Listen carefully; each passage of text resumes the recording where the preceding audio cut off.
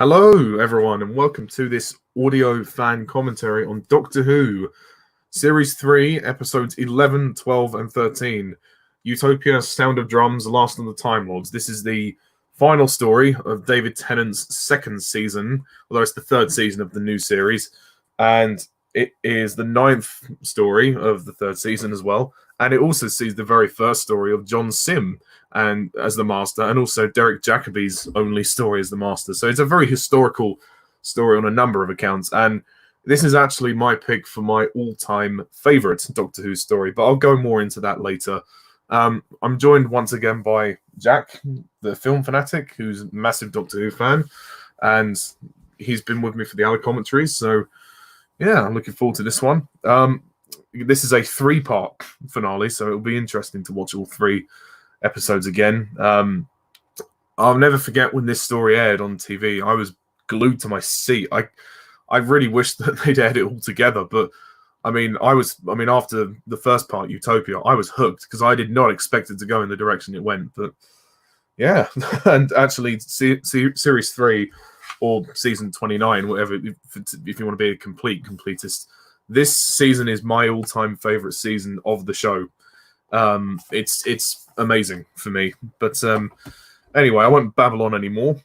This commentary is not for profitable gain. We're just fans commentating.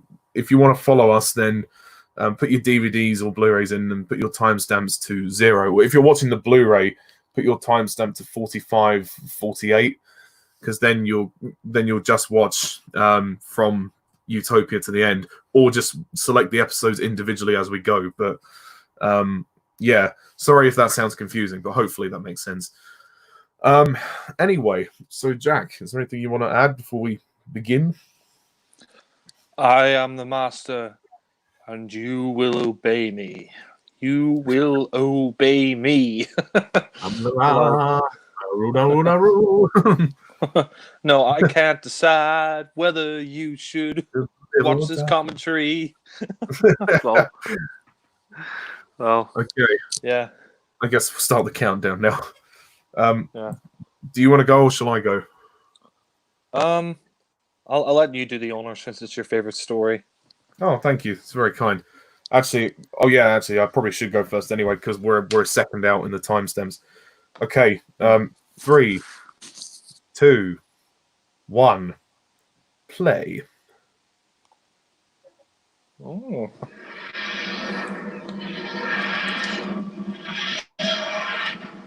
Yeah. Cardiff. The Blu-ray transfer quality is amazing, I must say. Yeah. I noticed that when I was watching Series 2. Like, they've doubled the bit rate. I mean, this was, like, shot in standard definition, but, like, the way they've done it, like, they've increased the quality of it, and it looks great. Yeah, and actually, fun fact for the fans of Torchwood, this scene actually with Jack running to the TARDIS comes at the end of one of the episodes of Torchwood. So it ties into this story. Yeah, it's nice to see Jack back as well because we haven't seen him in the show since the Series 1 finale. Yeah, Christopher Eccleston. Yeah. I mean, it was interesting how we found out that he escaped because he was left on Satellite 5 when the TARDIS was leaving. So yeah, but obviously he's a time agent, so he used his vortex manipulator. Yeah, it's interesting because I've seen the Torchwood episode, and he goes back to the Victorian times, and these like women keep trying to kill him, and because he's invincible, like immortal, he's like, oh, are you dying yet? This is kind of cheesy, but it's quite funny. Yeah, amazing how he's like clinging to the side of the TARDIS, but I guess he is the only person that could survive it though, because he's immortal. The future kind in this are really creepy. Yeah, I've always found them pretty scary. Oh. We were lucky, man. We were lucky to grow up when these stories were airing. If it hadn't been for the Russell T Davies era, I probably wouldn't be a fan of Doctor Who. I think you're right. I mean, I started watching with Eccleston, and I think if I'd like grown up with the Matt Smith stuff or the Peter Capaldi stuff, I probably wouldn't have been a big fan. But yeah, um, on this episode here, Utopia, I think I probably agree with you. Like, this is probably the best of the three parts. Yeah, but I mean, all three together are fantastic, and to me, Yeah, this was such an epic story, and I really actually felt the impact of what the Master does in this story. Like, he's such an arsehole, and actually the way they reintroduced the Master was very clever with the idea of him having the fob watch and actually linking back to human nature and the family of blood. I mean, I thought that was yeah, just a very clever idea, and it also was a great story for Martha. She finally her story finally comes around full circle. yeah. And I like the fact I like how they brought the Master back because we haven't seen the Master since the TV movie with Paul McGann. Like, we thought the Master was dead, and they explain here that he was resurrected by the Time Lords to fight in the Time War, um, and it sort of goes along the same lines of Human Nature, Family of Blood, where the Doctor, he put his self into this watch, and he became a human, and the same here with Professor Yana. Yes. Yeah. I mean, it's good. I mean, Derek Jacobi's amazing in this story. I mean, it's a shame he doesn't get more time as the Master, but still, I like the way he distinguishes the two characters and how he shows the transition of when he changes from a good guy to a bad guy. And I like his assistant, Chantho. She's quite a charming character. Yeah, yeah, Chanto. I really like her makeup. Like, whoever did the prosthetic did a really good job, and Derek Jacobi, like you said, I think he's great as a Master. I would have loved if he got to play the Master in more stories on screen because I think he's excellent. And I mean, the good thing is though they did bring his Master back for audio adventures, so we have those, and I may actually listen to those in the future because Derek Jacobi is a great actor and. He gave just a really great performance here. Yeah, he did. Yeah. I mean, those audios, would they have been set like during the Time War or afterwards? Yeah. Like, because No, I think obviously he ends up in like 100 trillion years in the future and he turns himself human to hide away from the Daleks, doesn't he? Is that what they said? Yeah. I mean, no, actually, those audios are set during the Time War. He's called the War Master in those audio plays. So, oh, well, of course. yeah, because you've got the War Doctor and the War Master. John, God, could you imagine John Hurt and Derek Jacobi on screen together? That'd be class. Oh, they should so do that one time. There's still a chance to bring back Derek Jacobi as the Master. They could have done it in the 50th, They could have done it for Day of the Doctor and had him make an appearance there, but no, missed opportunity yet again. Yeah, well, there's a lot of missed opportunities in the Moffat era, but yeah. No, it is kind of amazing how he managed to hang on to the TARDIS. I mean, it is a little bit ridiculous, but it is cool at the same time that Jack comes back here and he hangs onto the TARDIS, and yeah. Right. And the Doctor, like, he's not really, he's not really impressed with Jack here, which I kind of like. Yeah, he never really was impressed with Jack. I think he just always saw him as a little show off, and I guess he does grow to appreciate Jack a bit more. But that's a bit over the top when he gasps for breath. Do you know what it kind of reminds me of? It reminds me of that scene in Toy Story where Buzz's helmet is taken off. He's like, my eyeballs could have been sucked from my sockets. Oh yeah, tough guy. Oh yeah, special shout out to Harry Thomas, who's just commented in the live chat. Hi Harry, hope you're doing okay, man. This is his favorite story of Series 3 too, so nice. Yeah, it's probably my favorite story of Series 3 as well. It's either this or Human Nature, Family of Blood. You abandoned me. He didn't abandon you, Jack. He just. I'm not talking to you. I'm talking to the other Jack. Like, yeah. I know. Yeah. It was Rose. I mean, the TARDIS kind of at the end of Parting of the Ways, the TARDIS just sort of shut and then drifted off. Like it just left without the Doctor or Rose doing anything really. Yeah, and he thought he was dead. I mean, he thought Jack was dead. He was shot by the Daleks, exterminated. Yeah. Yeah, this scene is really intense where that guy's being chased down by the future kind. Yeah. They're really freaky. I mean, it'd be interesting if they went back to the future as well. I mean, and also like seeing the future here, like there's just nothing. Like it's a funny old future, isn't it? Sort of more post-apocalyptic. Yeah.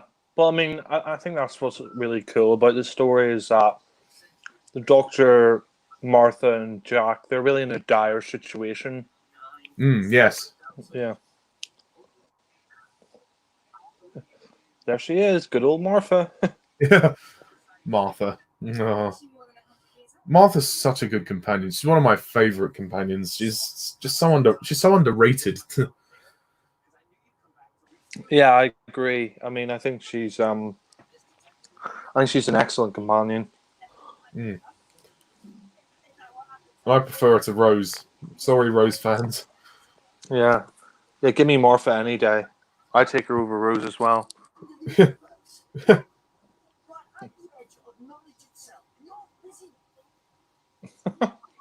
Vlogging.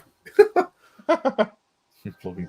Also, I also think this is one of David Tennant's best performances. It could be his best performance for me. Yeah. I mean, across the 3 episodes, he nails it, I think, as the Doctor. And you also really see in his performance the relationship between the Doctor and the Master, because they were like best friends. You know, when he's dying in his arms and he's crying, like it's. I mean, I never found it as sad as a kid, but watching the story when I was older, I realized, oh wow, yeah, it's like he's losing his best friend, almost like a brother, really. I mean, even though the Master's insane, there was a time when him and the Doctor were friends. Although, yeah, and it's nice, like you said, that they reference like the Axons and the Daleks and that Sea Devils. Yeah. Yeah, that is really nice, and I do agree with you on Tennant. I think even though this isn't my favorite story of the new series, that's probably still an Earth-Turning Exam, but I do think this is probably Tennant's best performance, especially the scene where he's cradling the dead Master and he's crying. I mean, that's probably Tennant's best performance. But this is definitely one of my favorite stories of the new series. I mean, I've always loved this finale. I mean, you always feel the tension with this one. Yeah. And the music by Murray Gold, I think, is some of the best music he's ever composed. Yeah. I mean, look, the direction as well by Graham Harper. I mean, Graham Harper knows how to direct Doctor Who. He directed The Caves of Androzani, Revelation of the Daleks, the Cyberman 2-parter, the Series 2 finale, directed this, and he directed the Stolen Earth Journey's End, and I think he directed a few others as well. So, I mean, the guy knows how to, pace a story and get the action moving and the characters and stuff going. Yeah, you're right, because he has that knowledge and that background with the show, so he knows the elements that make the show. But the thing is also the script is so strong. Russell T Davies wrote such a great script, and he just threw so many surprises and twists and turns in there, and there is so much tension in all 3 of the episodes. Yeah, no, I agree. And Howard just said in the live chat that he thinks Evolution of the Daleks and Daleks in Manhattan is super underrated. He doesn't get the hate for it. I mean, I agree. I think that is an underrated story. Yeah. Yeah, I've never got the hate for that story. Maybe it's one of the weaker stories in the season, but I've never hated it. I actually quite like it. I don't think there is really a bad story in this season, as far as I'm concerned. Yeah. Yeah, I don't think it's a bad story in Series 4 either. Yeah, well, Series 1, actually, the Russell T Davies era is so strong. It's unbelievable. Like, even the specials, the 2009 specials, like, it was 5 years of almost gold. Like, even Series 2, which had a few disappointments, still was overall very strong. So, and it was just when it got to 2010, with Matt Smith, I suppose they started to get worse. Yeah. Yeah. I mean, do they ever explain what the future kind are? Are they like humanity that's like evolved into mutants or something like that, or? I guess so. Yeah, I don't know, but then I don't get that because you've got these humans who are like working in the silo or something. I don't know. They're just like primitives, aren't they? The future kind. Is this set on Earth or is this set in another planet? I'm not sure where this is set. I think it's another. I always thought it was another planet, but it's not really made clear. It's just they just say it's the end of the universe.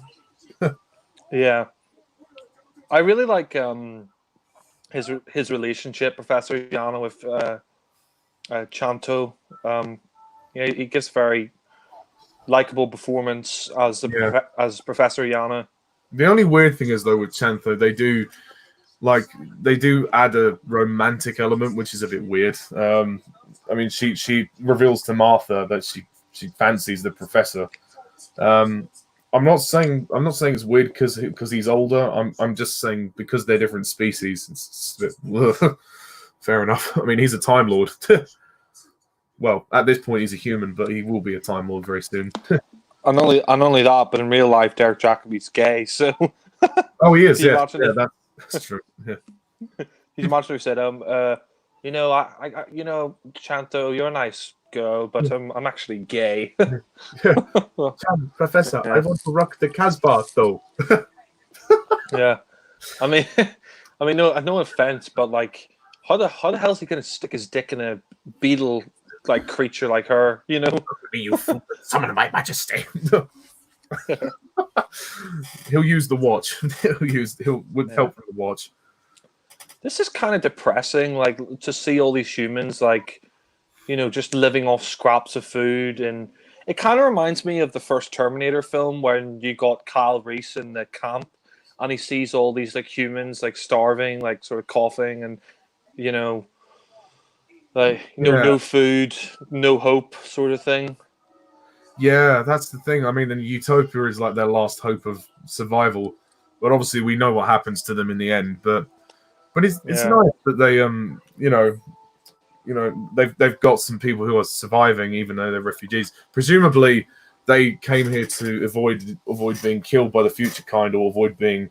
I don't know. I'm assuming that there may have been some kind of pandemic or something, some outbreak, and these humans managed to avoid that.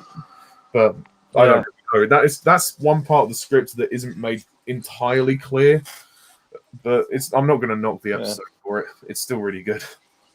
Yeah, I mean, I suppose like there are some things you don't need them to explain. You know, you just kind of accept it as it is. I mean, but I mean, the Earth is shit. You know, most of humanity's gone. These people are surviving, and they're going to Utopia. So, yeah, fair enough. Yeah. I'll go with it.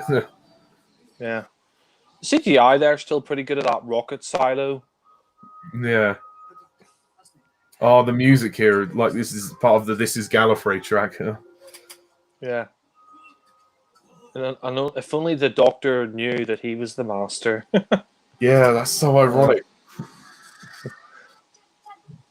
And it's quite funny that literally the face of Bo's message, "You are not alone," translates to Yana.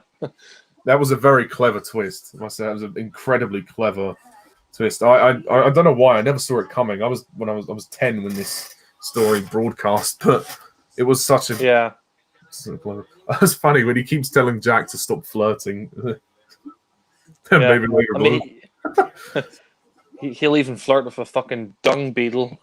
He'll probably flirt with Canine if he got the chance. So maximum defense mode. So 10 dog, eh? God, could you imagine if Canine had a gaydar?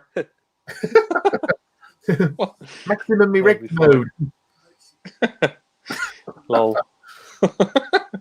It's kind of interesting as well. Like I think they explain that like some of these circuitries like made out of food substance or something like that. Like, yeah. I don't know how. Sorry. After you. No, go ahead. No. I was just gonna say it was funny how like the Doctor. This is like the first time he's come somewhere and he doesn't have a clue what the hell to do. Like he looks at the system and then he's like, no idea. Also, seeing his hand again was weird. Yeah. Yeah, how did they get his hand? Because I mean, like, and how did they know that was the Doctor's hand? That's what I want to know.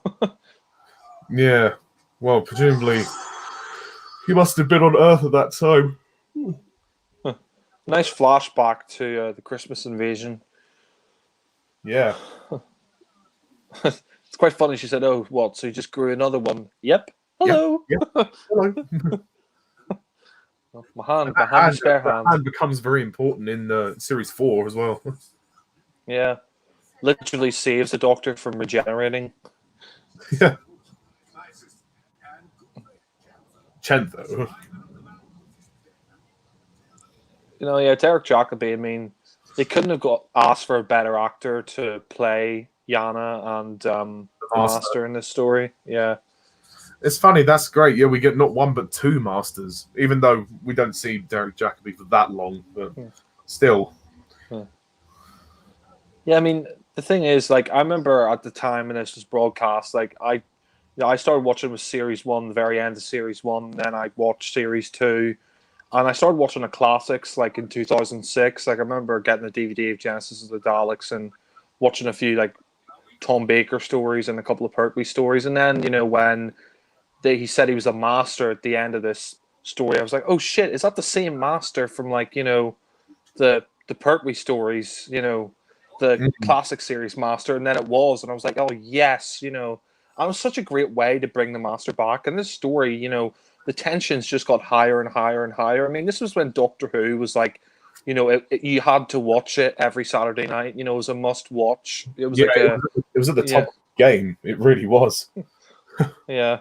I mean, because I remember, I used to go to school and talk about it with my friends. Like, it was in those days, and we were so lucky that we could just go in and, like, every week we would talk about Doctor Who on the Monday when we got back to school. Like, did you see it? Well, it was still so good and all that. I miss those days. I really do. Yeah. It's kind of a shame that when it came to the Moffat stuff afterwards, it became more of a chore to watch it for me anyway, because some of the stories in there. Doctor in it for you, if that's any consolation. Oh, fuck up, Matt Smith. Yeah. I'd rather have a jelly baby than a jobby daughter. But, yeah. Actually, funnily enough, the Master offers jelly babies, but yeah, no, I mean, I think with the Russell T Davies era, like the Eccleston and Tennant stuff, it was like every week you sat down and you watched it, and it was great. Yeah, yeah. And then with Moffat, some of the Moffat stuff, it became more of a chore to watch it. But I mean, this stuff is interesting here. Like, he's hearing the drumming because the Master, of course, the sound of the drums, like that throughout the stories. But like, yeah, psychologically tormented. I guess maybe there's sort of an influence of the Joker in this version, in these versions of the Master. Like, he's going insane because the Time Lords have sort of planted this drumming, this constant noise of drumming in his head, and it's driven him mad. And I mean, it's a cool idea. I don't know if it was ever used. I don't think it was ever used in the classic era. So I guess it must be since his resurrection this has happened. So yeah. Yeah, no, I think it's since his resurrection. When he dies, like, surely he doesn't, like, in the end of time, does he actually still hear the drumming, or has that gone? No, apparently, I mean, I don't believe what Moffat says, but apparently, Missy still has the drumming in her head, and apparently, even when the link is broken, he still has the link. He still has the drum beat going on in his head. But yeah, I mean, that is something you pointed out. Yeah, that wasn't really a thing in the classic series. The Master in the classic series, he wasn't mad. He was just the Doctor's. He was just the evil half of the Doctor, I guess you could say. He was the opposite to the Doctor. He was the evil one, like Delgado's Master and Ainley's Master and the Peter Pratt Master. They're not mad, but this Master is, because he's been resurrected and he's got the drum beat in his head. Yeah. And I remember him saying when he's John Sim later, he says, "Oh, I made myself human, so they could never find me." So I wonder whether he's thinking about the Time Lords or I guess the Daleks. I mean, because he evaded the war, didn't he? He legged it, and then because he doesn't know that all the Time Lords are dead, does he?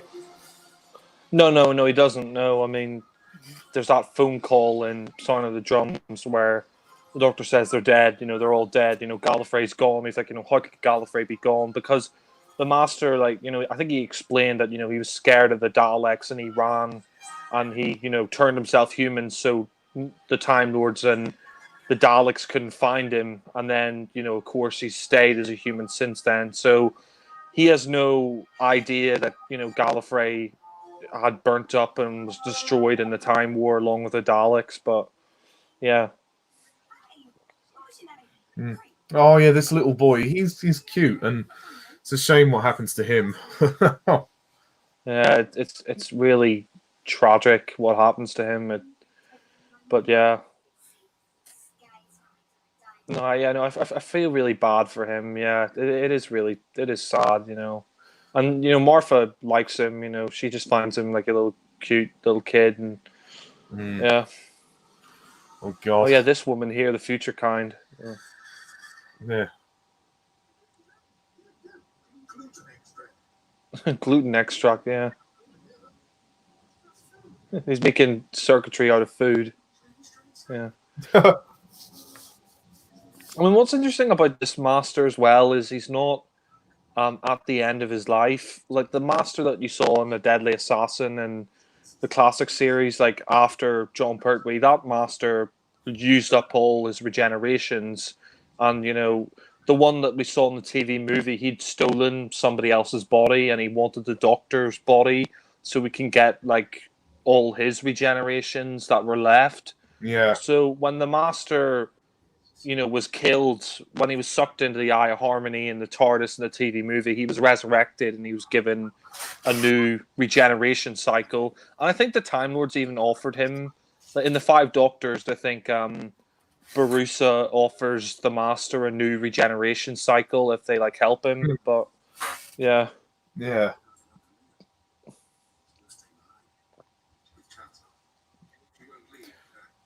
So I wonder it's what hard to believe this was 13 years ago. Yeah, I mean, imagine if obviously they didn't know he was if he never became the Master again and he just stayed on the planet with Chantho, they would run out of food because they've used it all for the circuits. So how would they continue to live? They would just probably die out, wouldn't they? They wouldn't last very long. Yeah, probably. It's interesting that he subconsciously recognizes the TARDIS. I mean, he hasn't opened that fob watch yet, but he sees that image of the TARDIS and he sort of subconsciously recognizes that. Well, that's the thing. They say that the fob watch rewrites your entire biology. I don't know if I believe that because, in human nature, the Doctor, when he's John Smith, he still has the dreams about his adventures. So in the subconscious of his mind, he's got all his memories and all because he's drawing Rose and all of the aliens he's encountered in his journal. So clearly there's still a little bit in there, just enough for him to remember to change back. Yeah. So yeah, I don't know if the fob watches if that's the way they were meant to be designed or whether it's just a flaw within the watches. But yeah, no, I think that's interesting. I think it's like a shared personality kind of thing. I think maybe what happens is they take on board this new personality as a human, but they have these dreams and subconscious images from memories. Yeah. But that's the thing also. Yeah, I mean their DNA is temporarily rewritten as human, which I think is interesting. I mean, so one of their hearts would stop working, which I find really, in a way, kind of disturbing. It's weird to imagine the Doctor because there's that part in Human Nature where Joan listens to his heartbeat and she's like, I confirm you just got one heart. So it's kind of interesting. Yeah, that is interesting. I mean, she only listens and he only has one heart, so I mean, it does sort of rewrite your DNA, and then of course, when he absorbs the information from the fob watch, it turns him back into a Time Lord. It's a really well paced episode. Yeah, it's not boring or anything. We haven't even got to the meat of the story yet. And the meat of the story is literally the Master going nuts.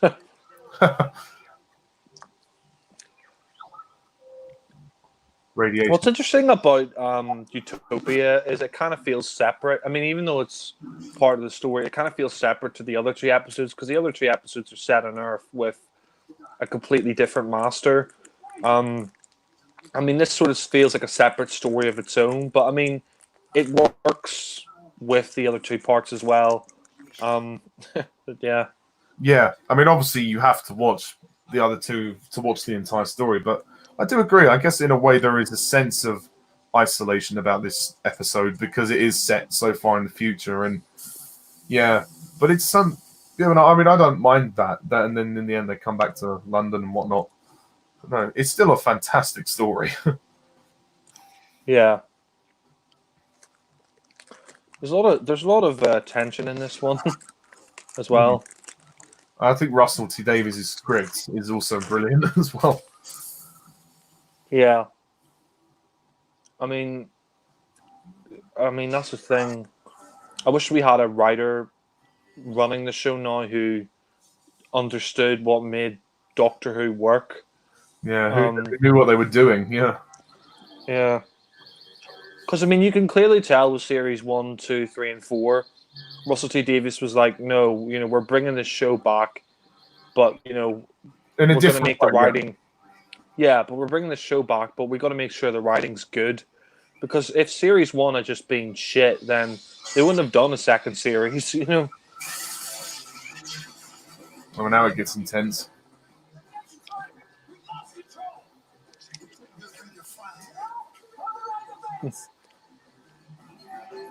Uh-oh.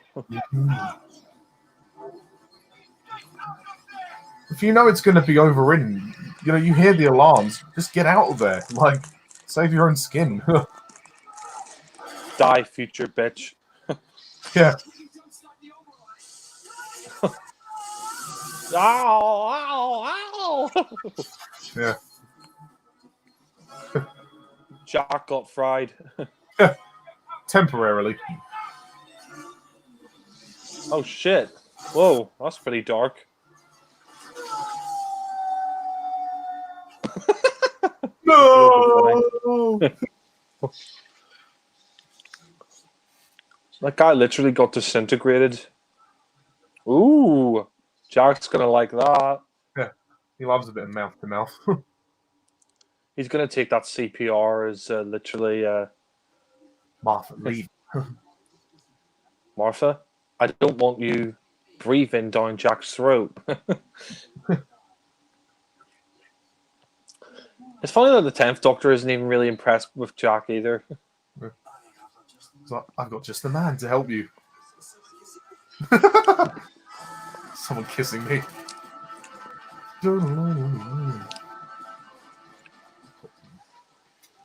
I mean, Jack kind of reminds me of Captain Scarlet, because in Captain Scarlet, he gets shot, he gets blown up, but he always comes back to life. Like, it's the same with Jack. He's just, he's immortal. I look good though. So, oh, for God's sake, you stop showing off. Ladies, your viewing figures just went up. Yeah, it's nice to see Jack have a relationship. What relationship? Have a relationship with the 10th Doctor as well as the 9th Doctor, and it's still the same in a way. He still reacts the same way almost. Except he just says, "Oh, this regeneration's kind of cheeky." I think John Barrowman got on better with David Tennant than Eccleston. Yeah, Eccleston. Because I think on the set of Series 1, John Barrowman was kind of having a bit of a laugh, messing about, and that kind of pissed Eccleston off. But yeah, I guess Eccleston probably didn't enjoy his time on the show as much as the others, or maybe as time went on, he got fed up of it because by the sounds of it, like he had fights with the higher ups at the BBC, and then just left after one series. So, and apparently fell out with Russell T Davies as well. So but apparently like John Barrowman on the set of Series 1 like farted and like he was kind of laughing about it, and I think it just pissed Eccleston off. Like he just kind of got a bit annoyed with John Barrowman, so I think he got on better with David Tennant. Well, if you smelt it, you don't it. What, were you there? Did you smell it? No, like Louis told me, like he read, like he's got a book, like a behind the scenes book written by Russell T Davies, and I think there's some behind the scenes stuff, and I think you can tell Eccleston was a bit pissed with John Barrowman, but yeah, I mean this scene's good though between him and the Doctor. They talk about their issues and Jack being an immortal man. Yeah, I think John Barrowman said he quite enjoyed kissing David Tennant. Oh. Oh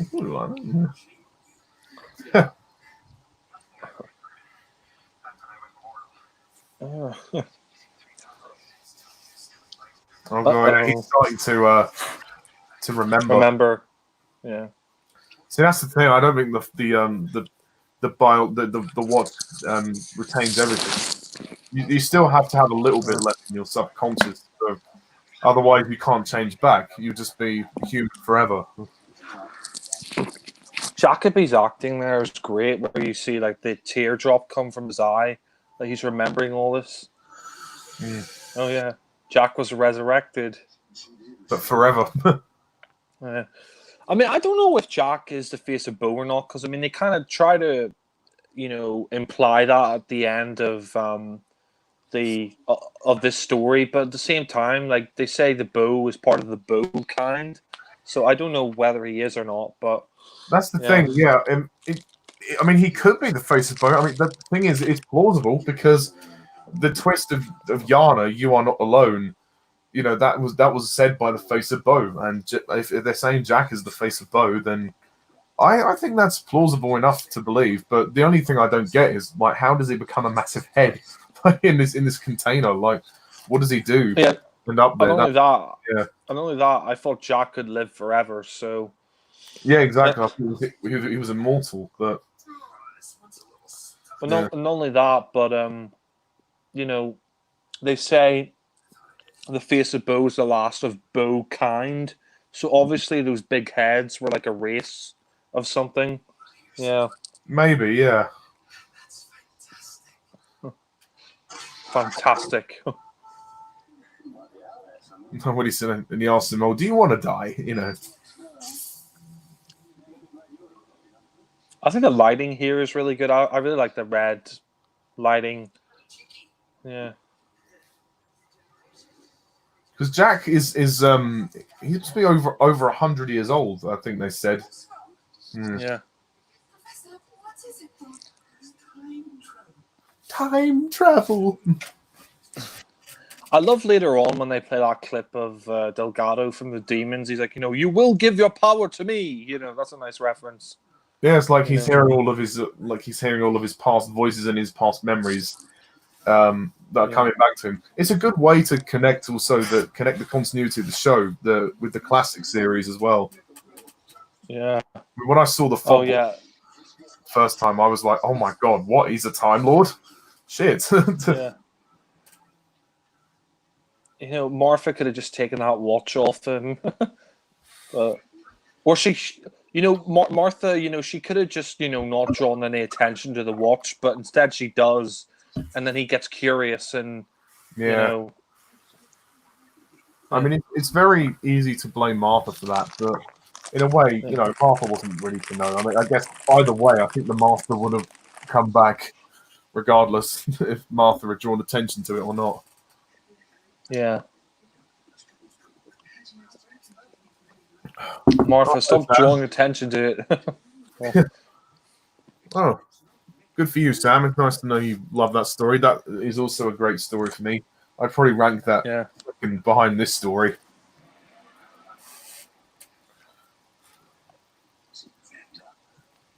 This is a very great moment. Yeah. I love the music. Dun, dun, dun, dun, dun, dun, dun, dun, dun, dun, dun. Yeah. Murray Gold was at the top of his game with this season. I think that track, "This Is Gallifrey," is probably my favorite of the whole show. Of the new series. Yeah, that's one of my favorites too. But I like all the tracks for the Master in this story. Yeah. I just think And series then 3 she tries to. have amazing scores. Series 1 and 2 are great too, but I think series 3 and 4, Murray improved his composing. Yeah. Oh. She tries to explain, what's going on.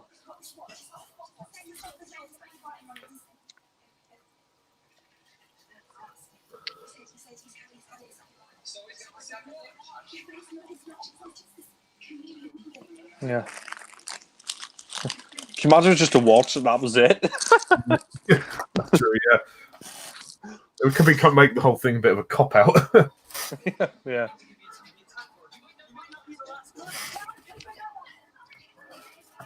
I think they saved this. Tennant plays this really well when he's like, "What did he say?" He gets a bit angry, and I just don't think he. I think he kind of knows it might be the Master, but he just doesn't want to accept it. He's desperate to find out. Yeah. Yeah.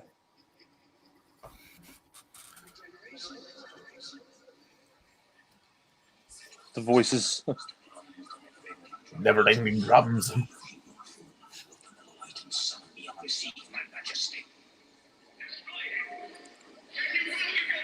That was Delgado there. Yeah. Destroy him, and you will give your power to me. See, this is what Moffat could never do. Could never respect the classics. Yeah, well, Moffat just likes to shit on the classic series, sadly. But yeah, I mean, you could tell Russell T Davies was a classic series fan, and he respected the classics show. Like Moffat just decided to get his cock out and Yeah, suck it. yeah. I love the music there, and then he just opens the fob watch. There he is. God, this was intense. There he is. The Master's back. I think the Doctor realizes now. You are not alone. Alone. Yana. Yeah. It's just dawned on the Doctor now, and it's too late. And I think that's what I love about it. He's realized it too late. Yeah. Yeah. Professor Yana, though. That look on his face when he turns round is so... You're just like, oh my god, he's changed. The Master's back, baby! Dun, dun, dun. I remember watching this as a kid, and I remember that moment where he absorbed, the energy from the watching and became the Master again, and just a cliffhanger to this. I mean, I was just blown away by this when I was younger. That cliffhanger is just it's so amazing. It's one of my favorite cliffhangers for the whole show. Because at first, before all this stuff, you think it's kind of a dull episode because they're just trying to get people in a rocket, but it's so much more than that. Yeah, and he's letting the future kind in. He's like, oh, when one door closes, another opens. What I like about the Master is, even though he's insane, there is always a method to his madness. There is a logic behind what he does. And even here, he knows this part of the universe is fucked, so fuck it, let the future kind come in and, make the Doctor's life harder. Yeah. She's very brave. She's very brave to pull a gun on him and to try and stop him like that. And he's just laughing.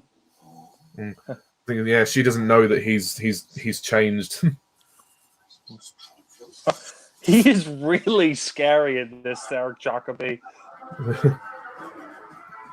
I would rank him behind John Sim. Actually, I think he's brilliant as the Master. Yeah, I mean, this is a really great scene. You with your Chan and your Tho driving me insane. You could set me free. That is not my name. I am the Master. Insane.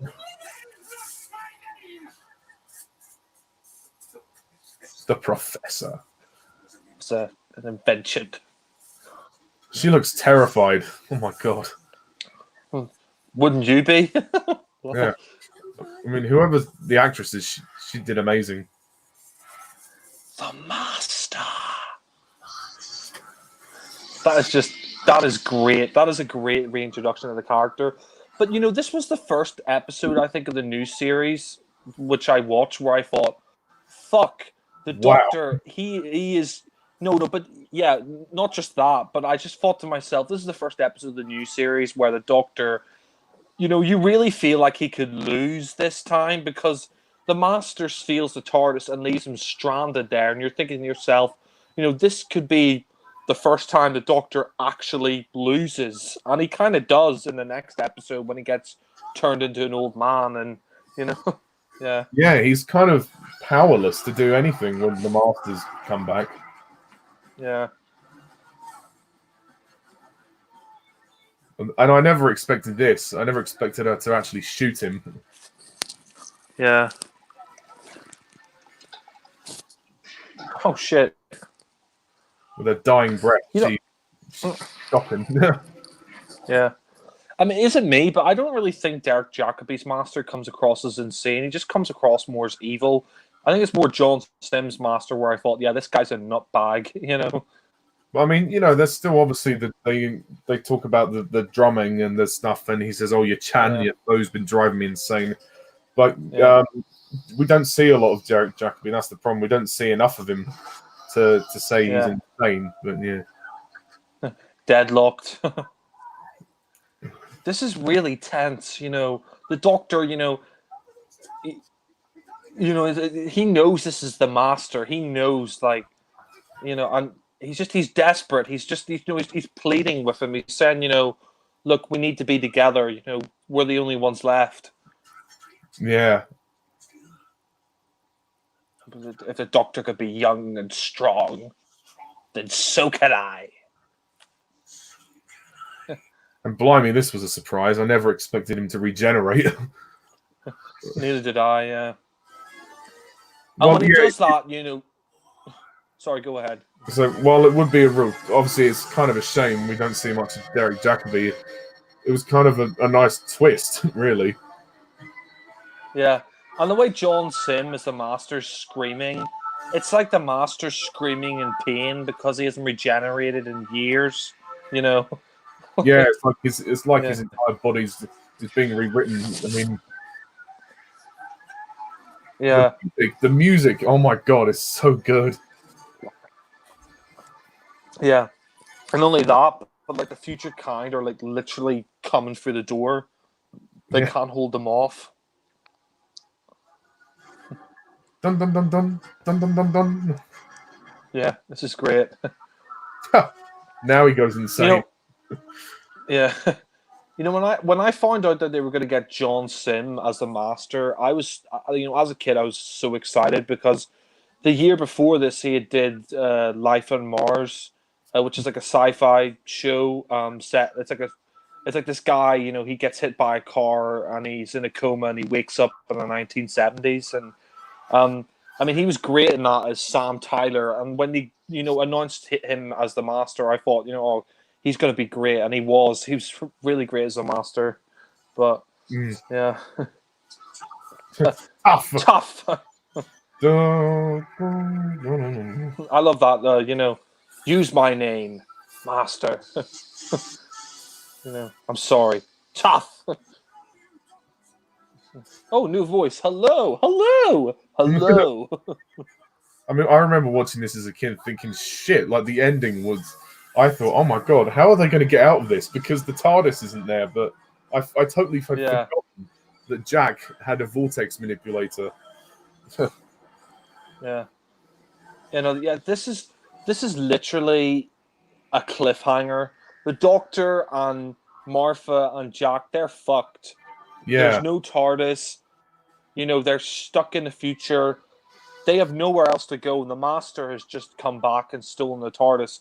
I remember watching this as a kid and I'm thinking to myself, a cliffhanger. I thought, oh my god, the Doctor, he might not be able to win this time. And that was so good. That was just so good. Yeah. And that was only the first episode of this story. Yeah. Yeah, it's a 3-part epic. It really is an epic, Yeah.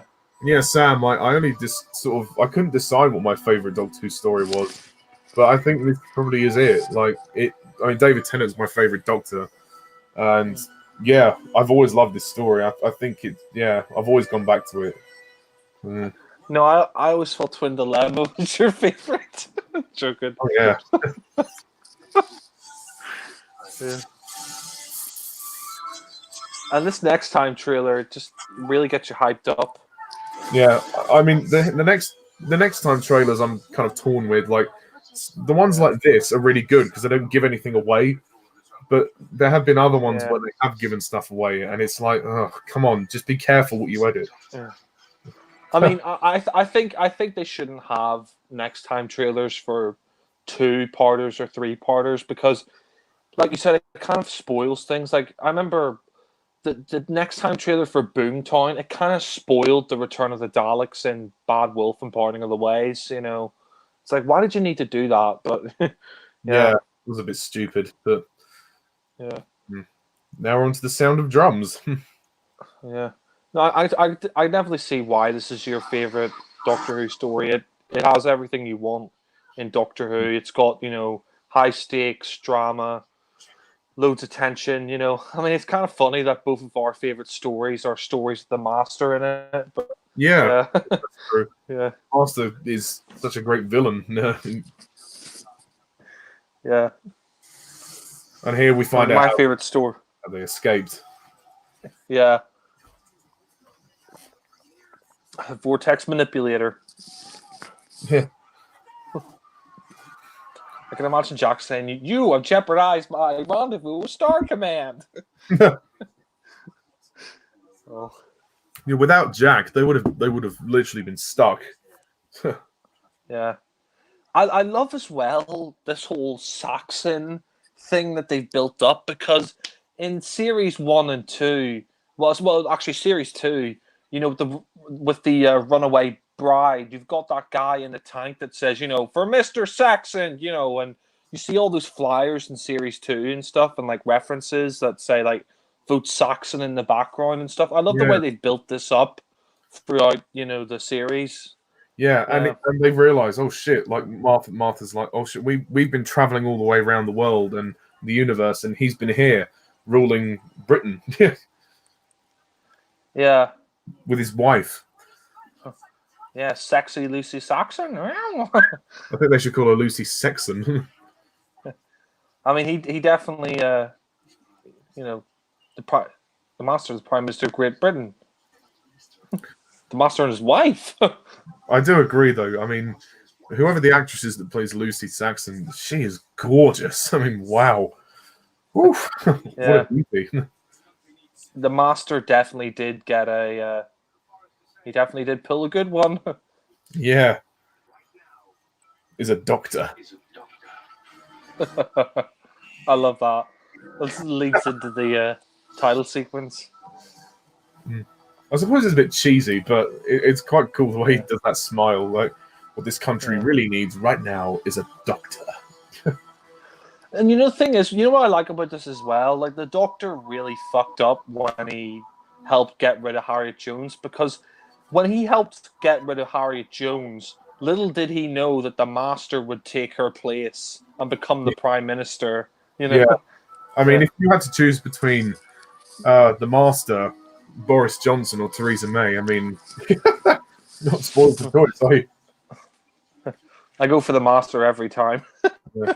Lol. And you know, I was thinking of just now, like, why does Tish get all these jobs, but then it's because of him? He's like giving her all these opportunities, like with Lazarus, and now with him, like he wants to just ruin Martha's family. Yeah, and that's all part of his, pardon the pun, master plan. Yeah. I love that when he enunciates her name, when he says, "Well then, Tish." Yeah.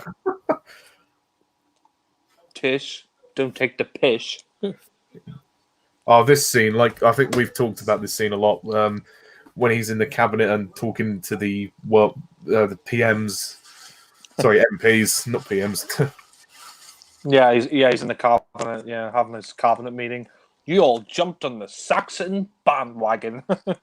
Yeah. A little bit. Very funny, Prime Minister. But he realizes that these people only got on board his campaign because they realized he was going to become the next prime minister, and they just wanted the power. And the master's like, "No, fuck you. I'm the master. I can do whatever I want." But if you think about it, a lot of politicians have the same mentality, and it's unfortunately they're kind of all sleazy and manipulative, and they just talk and don't really deliver on their promises. That's kind of the world we live in. But yeah, I think the master's not going to be easily intimidated by those sort of people. And right now, I'm not like this. I'm like this. Well, traitors. But yeah. But I mean, my mom always said it, and I think it's an old saying. A politician's first aim is to get elected, and their second aim is to get re-elected. They don't care if they lie or. Yeah. Speaking of which, Donald Trump cough. We're gonna build a huge wall with the master. The master's gonna be here. That's a great impression, man. I mean, with Trump, even if he does stand for re-election, no one's going to bloody vote for him. They've all seen, all the Americans now have seen what he's really like, and his attitude towards the coronavirus has been terrible. I'm sorry, but his attitude towards America really has been terrible. Yeah.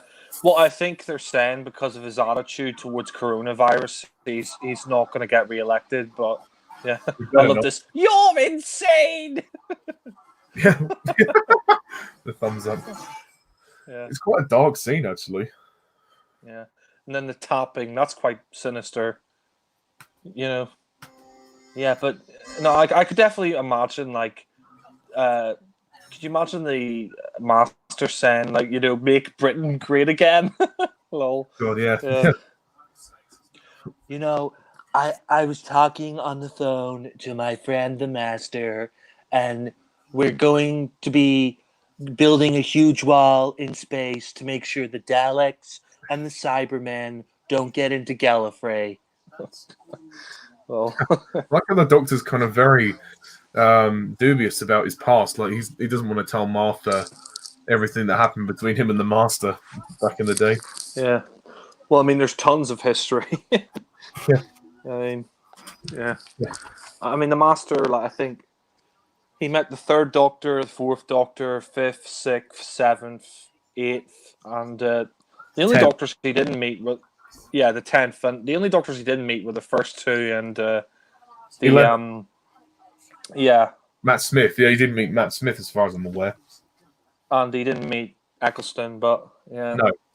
Or, no, the Master has met Jodie Whittaker now, unfortunately. Yeah, well, yeah. I mean, I think it's Lucy Cole who plays Lucy Saxon, but... Oh, right. Yeah. And I like this character, Vivian Rook, who she comes in to warn Lucy about the Master, but she just doesn't buy it at this point. But I think in the next episode she will. Yeah, the actress who plays Tish is pretty good looking as well. Yes, she is. Oh, this does pretty sexy. Patronize her. We're just going to talk about hair and clothes and nonsense. Don't patronize her. She's not a baby. Yeah. Yeah, because you managed to say, you being racist. Well, yeah. What am I doing over there? Is it because I'm the tin dog? Yeah, that's what Mickey would say if he was in this story. Yeah. Surprised the Doctor didn't call him pricky. Yeah. It's funny, Sarah Jane never met the Master. No. Yeah. Was Sharon Osbourne. I love this though. I love it's the a fact yes that from me. Oh God, Anne Whittingham. Yeah. Yeah.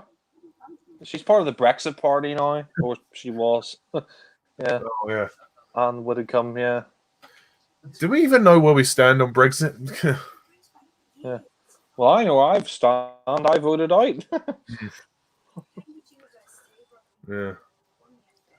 I mean, I do think it was ridiculous in the news, for 3 years, people just can shut up about Brexit. It's like, Yeah, fuck's sake, people voted for it. Just get on with it. yeah. It's because Theresa May can make a decision, and I know it's hard to blame her for the entirety of that, but at the same time, I think she gave up with it in the end. Most of her time in office was centered around it, and it didn't do any good. It didn't do her any good. I'm not surprised she ended up, Prime Minister, Boris. Yeah, no wonder Boris won a landslide majority last year because people were saying, "Oh, let's have another Brexit referendum." It's like, if the people voted for it, you just got to bloody well do it. Yeah, and hurry the fuck up about it. Yeah. No, yeah, but this is an interesting scene. Like, she's just saying, like, oh, he's making it up. His whole life, it's all a lie. It's all made up. It's all manufactured. Yeah. She actually works for Torchwood, I think. That woman. That's how she managed to find out about the all that information. I'm not surprised though that Lucy doesn't believe her. I mean, I guess Lucy's kind of easily trusting. I think she's easily trusting of the Master, and she's clearly a bit bewitched by him. I think. I think in this story you could. Well, in the first part anyway. Sorry. In the second part here, you could tell that she's like madly sort of in love with him, like, because I mean, he's very powerful. He's the prime minister, and he's got all this influence and power, and I think she's sort of intoxicated by that. But yeah, and I think she's someone who would be attracted to power, and I guess maybe he was something of a bad boy, I suppose. Maybe she sees him as that.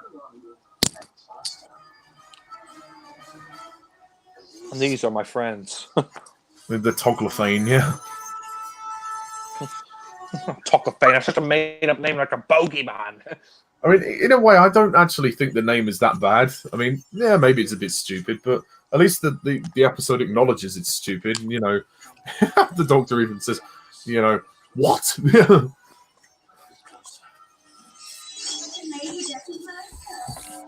The Toglophane are creepy. It's pretty dark.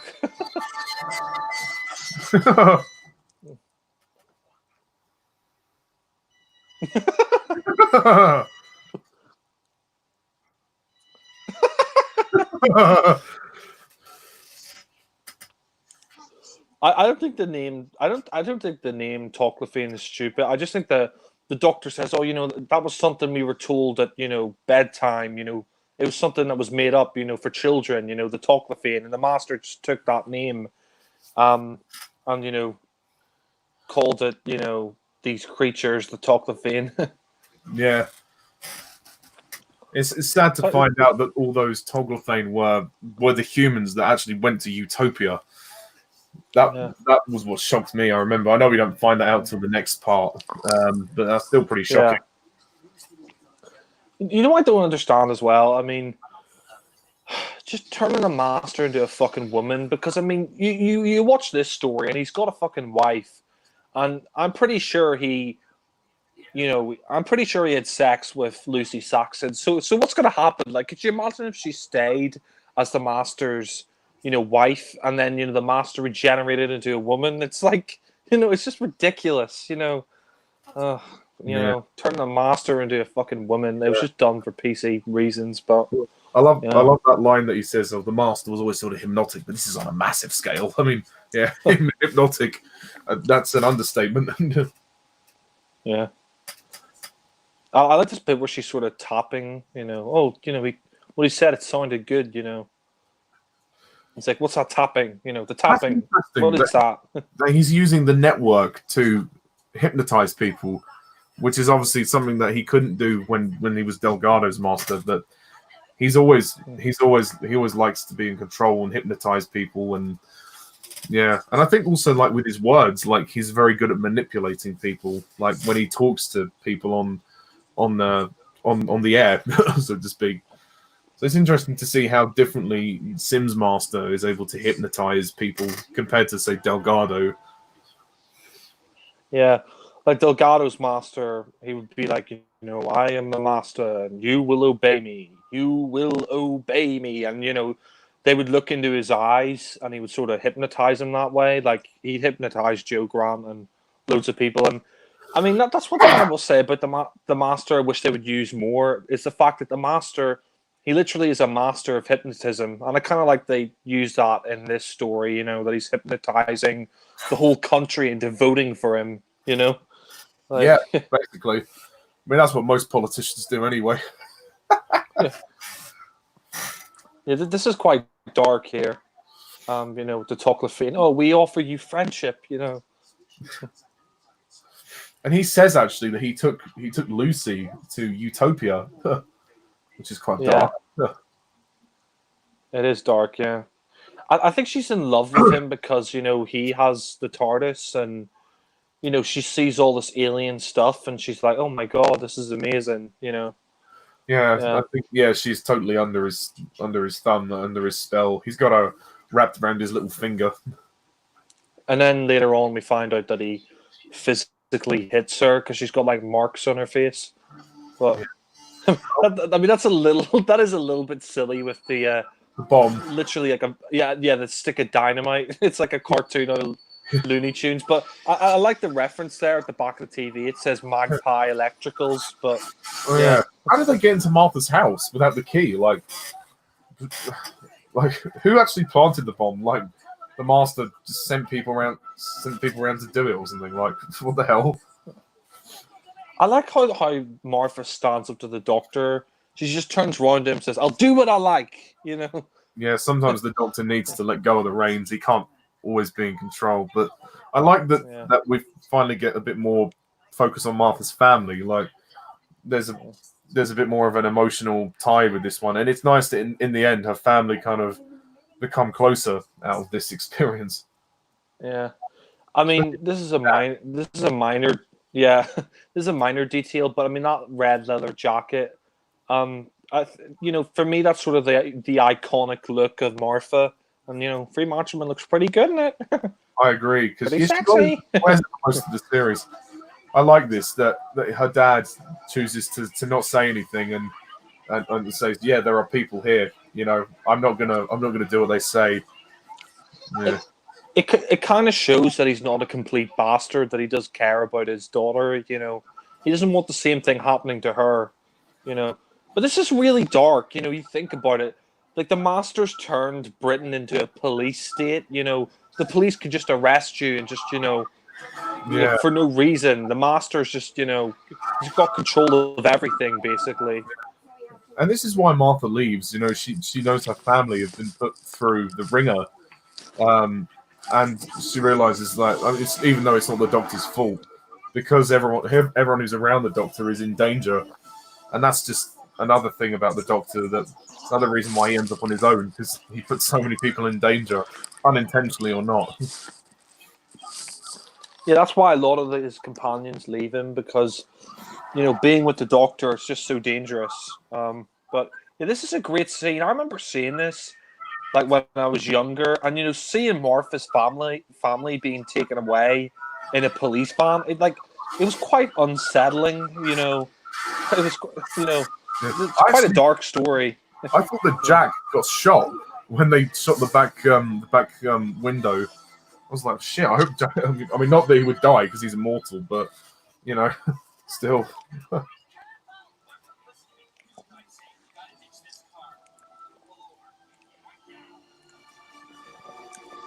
This is a really good story. No, I mean, that was intense. You feel really sorry for Martha with her family and whatnot. Oh yeah, Martha's useless brother.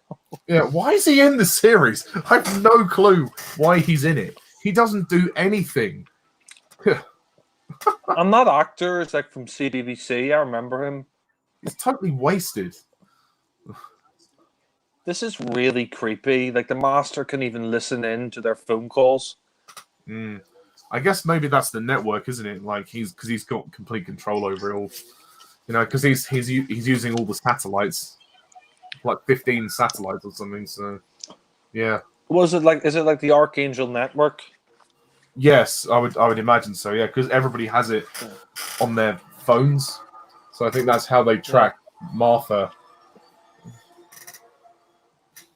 I love this phone call scene. It's probably one of the most memorable scenes of this whole story, where the Master and the Doctor are talking to each other and are like catching up after because they haven't seen each other in years. Yeah, just to catch up. Yeah, 100 trillion years to be exact. Since the end of Yeah. the universe. But Prime Minister, eh? I know.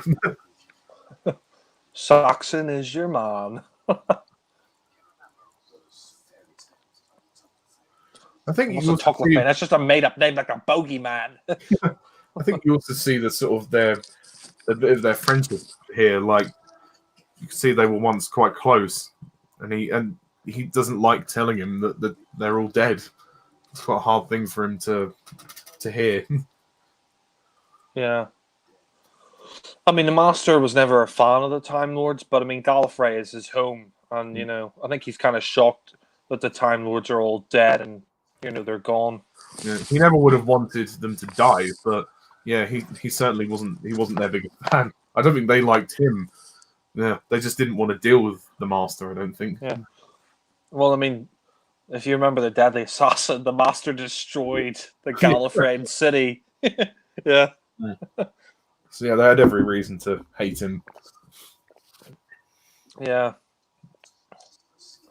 I like to say, I was so scared. I ran away. It's funny because in, I think, what was it, Frontier in Space, when he teams up with the Daleks at the end, the Master's like, oh, rulers of the universe will see, you stupid tin boxes,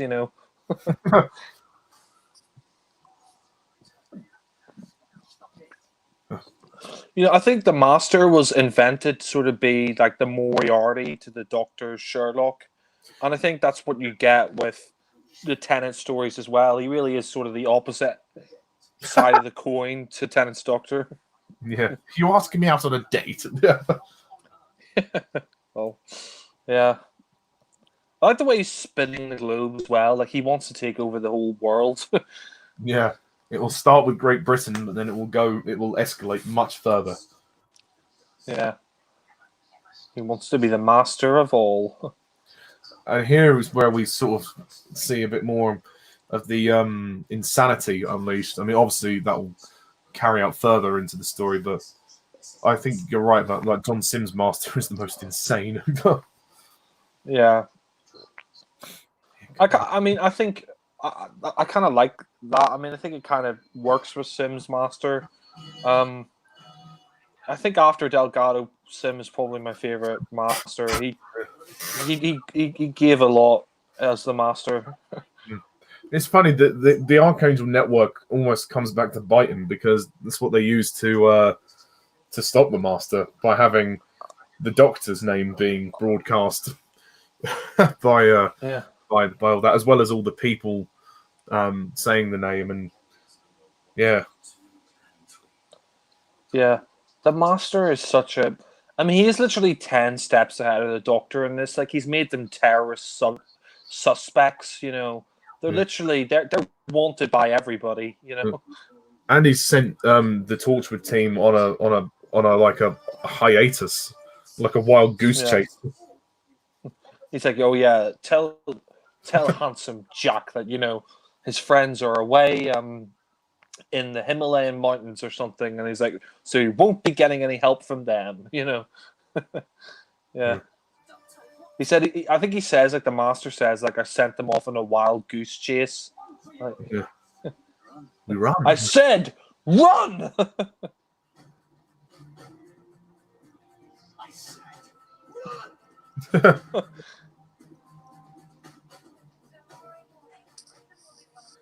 I think you're right, Yeah. and the stakes are so high. Like this is like, in a way, like say, like the Doctor's kind of powerless to do anything. He doesn't really know what to do. The Teletubbies. This is a nice reference to the Sea Devils when the Master was watching the Clangers. Yeah. Yeah, in the Sea Devils, he was watching the Clangers. Here, he's watching the Teletubbies in their stomachs.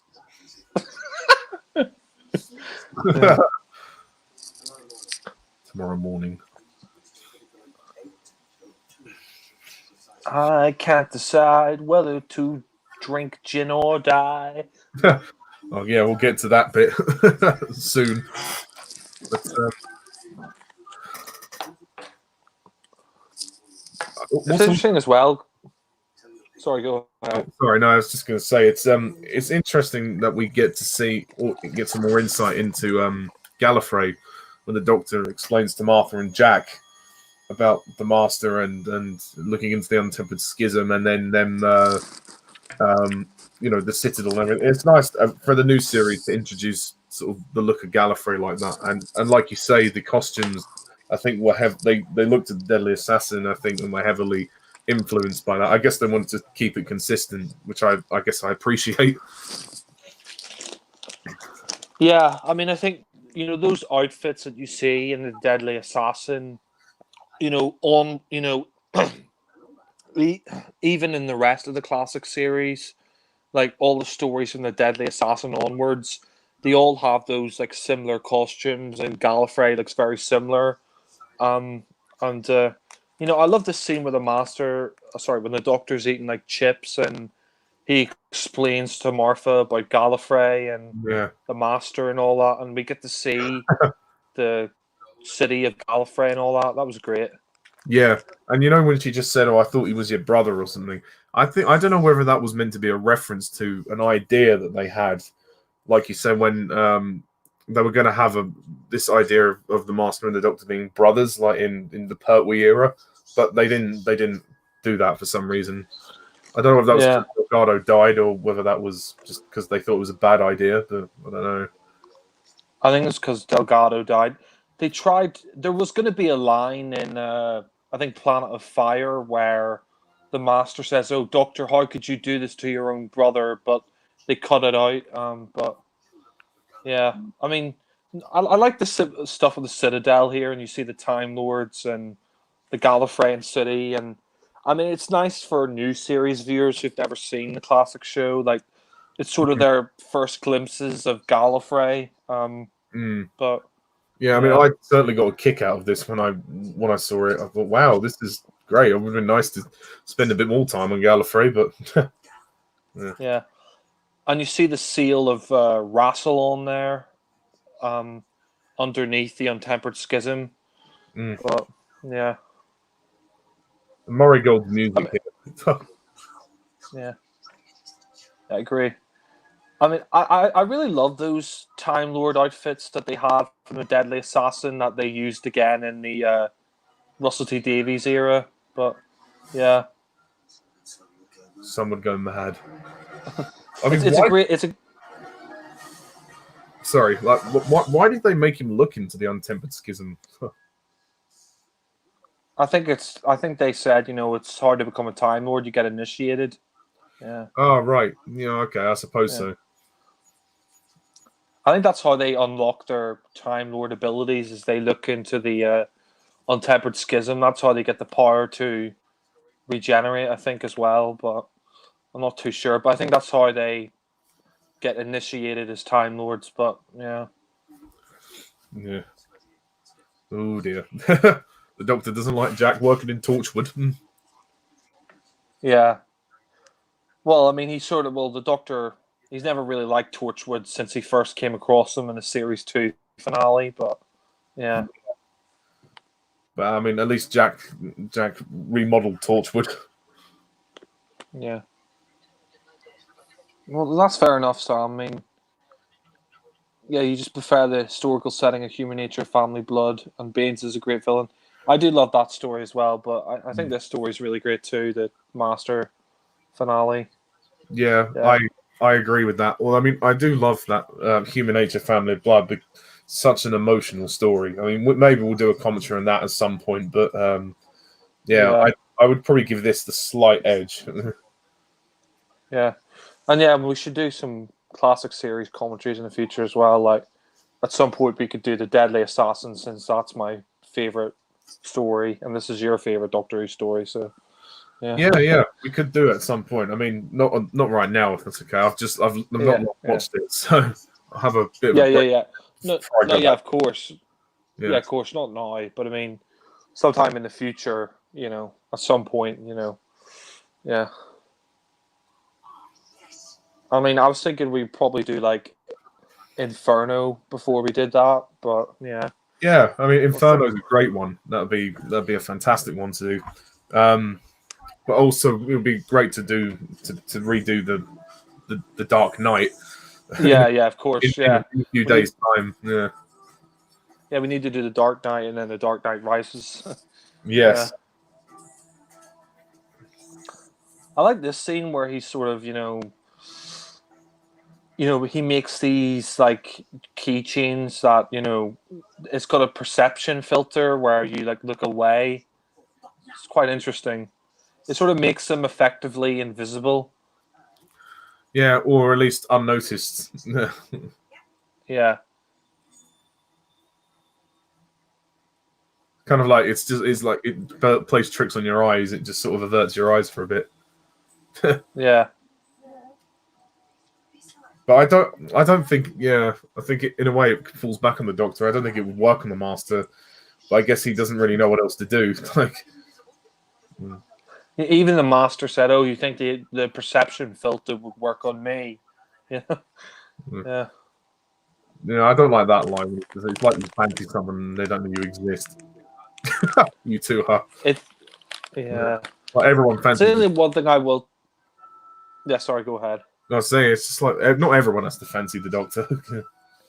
Yeah, I mean, I get it. Dave Tennant's handsome, but you don't need to labor the point. Ghost.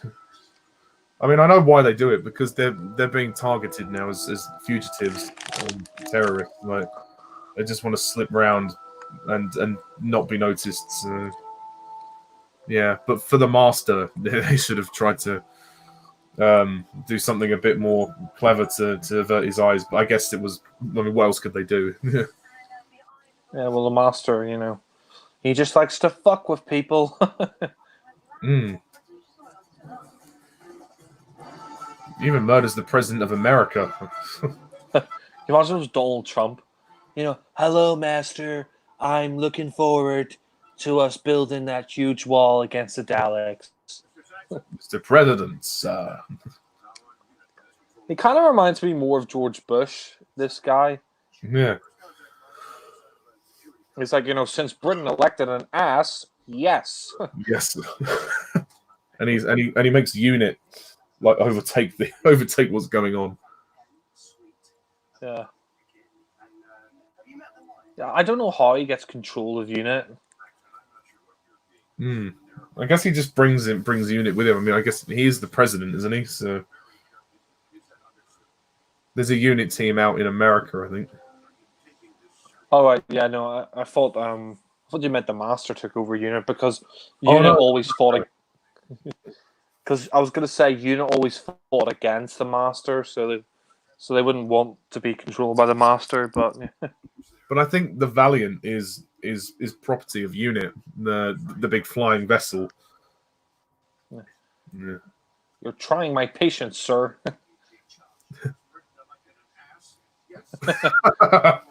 He's very clear. Makes it very clear what he thinks of him. Yeah. Well, he is a bit of an ass. He's just, this cocky, know-it-all dickhead. The Master. Yeah. The world will be watching me.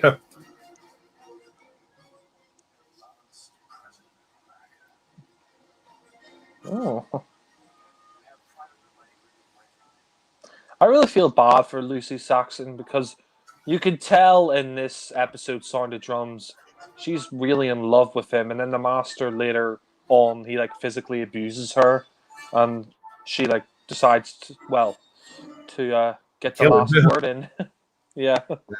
Well, she's and also not just physically. I think psychologically she's felt the abuse and that can sometimes even be more disturbing as well. I mean, I think she comes to a realization that she's been used and abused, then yeah, no wonder she fights back. Because in the end of time, we see her again in prison for killing him, and then she's quite adamant to get rid of him again. So, yeah. But she kills herself though, which is tragic. Yeah. Oh Jesus, this is so sad.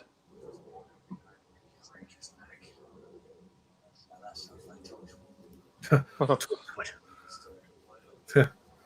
don't know why they don't teleport away now before they noticed. I never actually watched Torchwood. I wish I did, but I just never got around to watching it.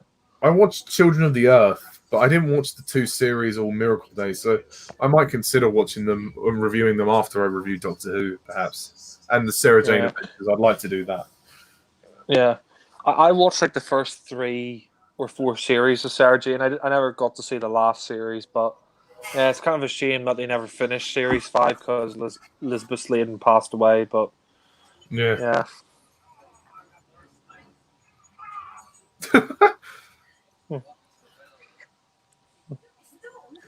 So they travelled literally till the next morning.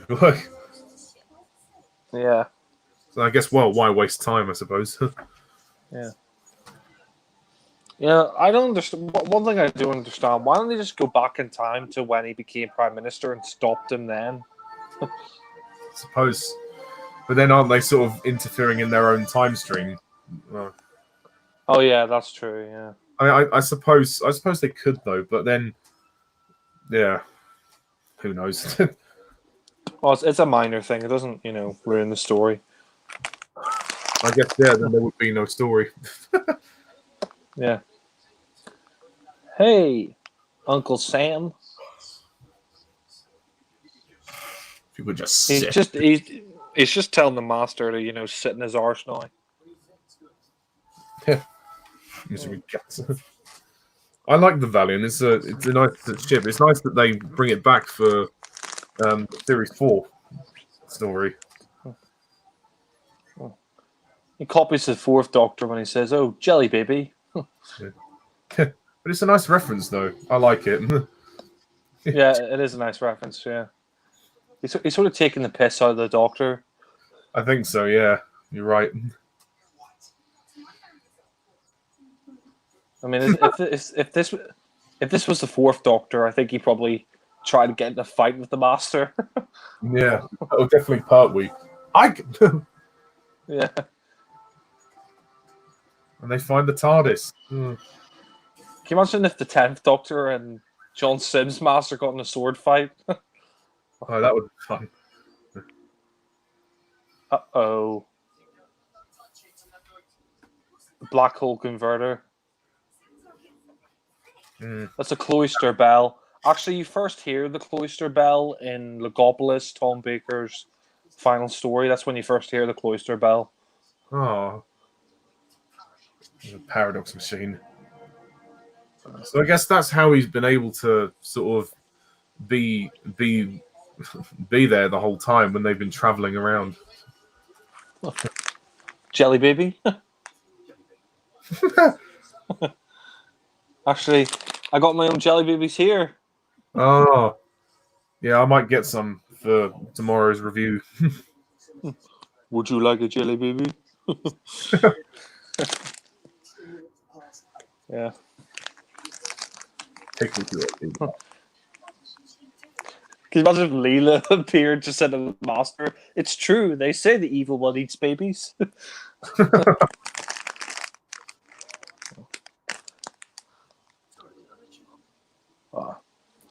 Allons-y. Sorry, I didn't mention it.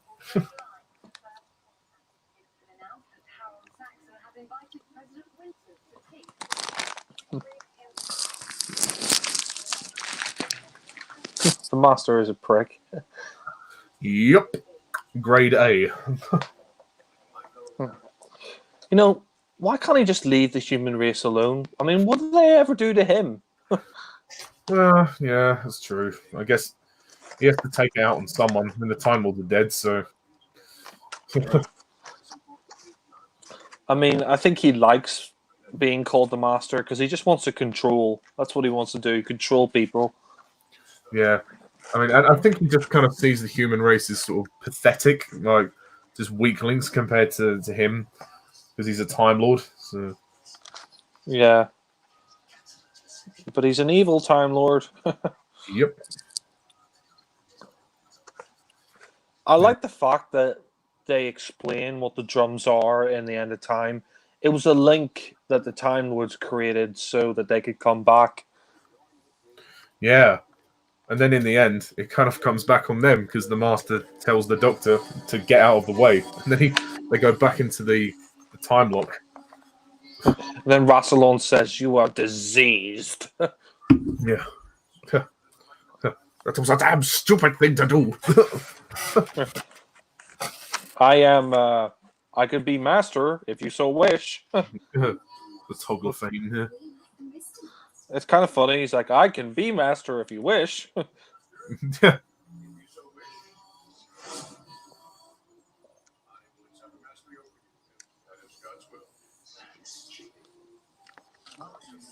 I will assume mastery over you if that is God's will. Ta-da! Ta-da!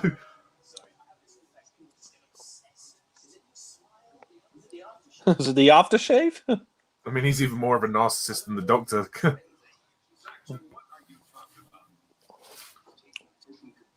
Yeah.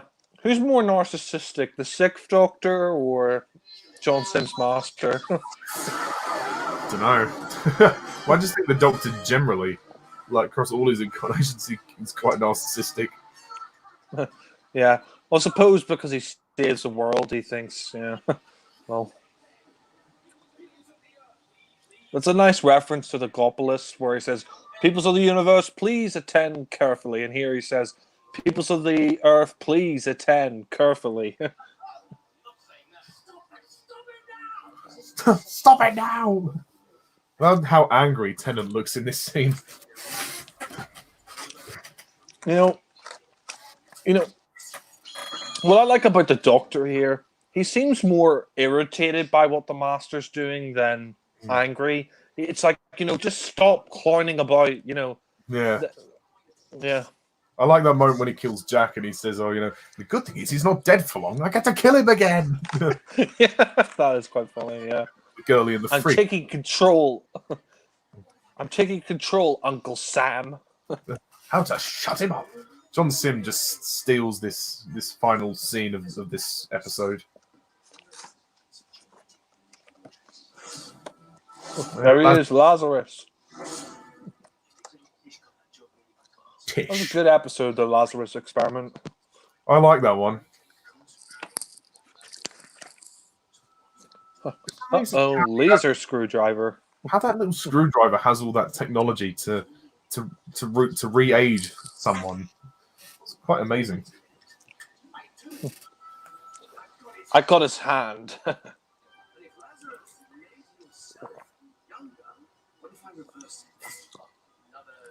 100 years. Bloody hell. But this was shocking. I remember watching this the first time and thinking, wow, this guy is evil. Yeah. And that's an understatement. Jack just tells Martha to go and just leave, Save yourself. Yeah. That prosthetic makeup on Tennant is fantastic. Really great, yeah.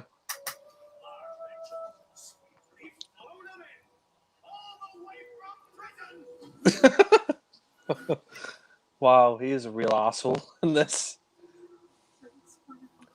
Oh, Jesus God. Christ. What a dickhead. Like they're pointing guns at her family. But her brother gets He's such a... Yeah.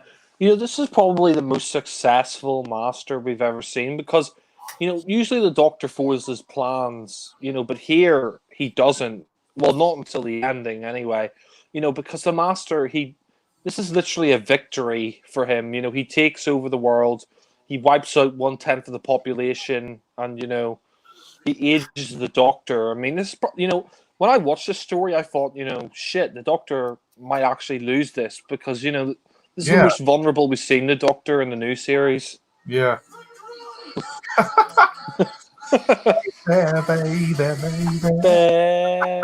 That always made me laugh. Here come the drums. He kind of sounds northern when he says that, like, here come the drums. I think John Simmons is from up north somewhere.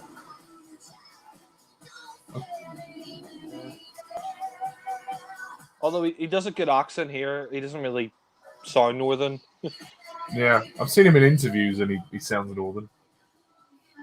Yeah, I think he's from Manchester. Yeah. They did Life on Mars. Go on, kids. The CGI still holds up here pretty well, like with the Toclafane invading the Earth. Oh look, it's the EastEnders title sequence. What? God, could you imagine? Could you imagine Phil Mitchell versus the Master? Bloody hell! What are you? Who do you think you are?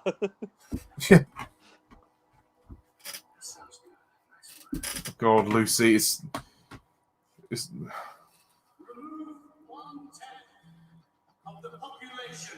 I don't think Lucy knows what she's thinking. Yeah, this is really dark. This was a really He emotional kills. ending. Yeah. He kills 1/10 of the population of the whole planet. Oh, I love those shots when her family are looking at her, and then she just leaves.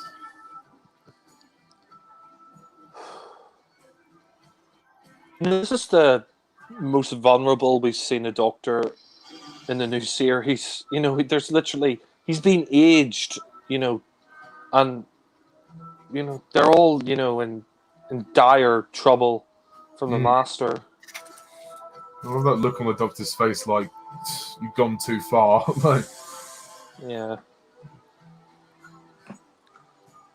That's the thing about the Master. There really is no limits with the Master. and for a whole year, he reigns. Yeah. I love the bit in the final part where, Martha's mother says, all those things that still happened, and she's got a point. Even though the Doctor reversed time, all that stuff did happen. Yeah. And I thought it good.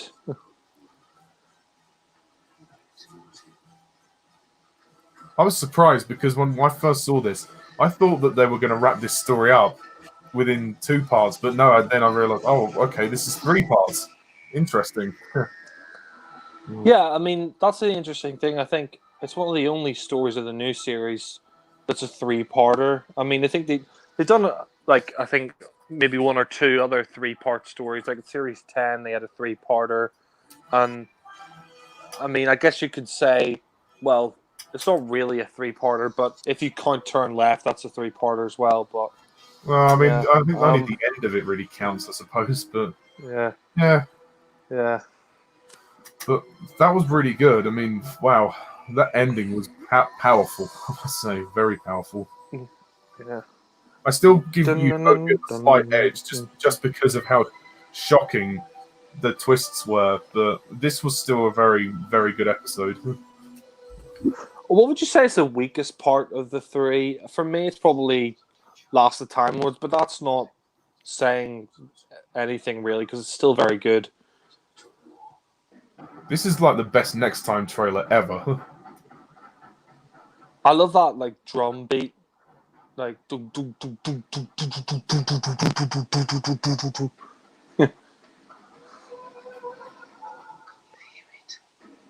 was awesome. I mean, I remember seeing that and I was like, oh god, bring the next one on now. But I don't know what the weakest one is. I don't know. For me, it might be Last of the Time Lords, but all 3 of them are really, really good.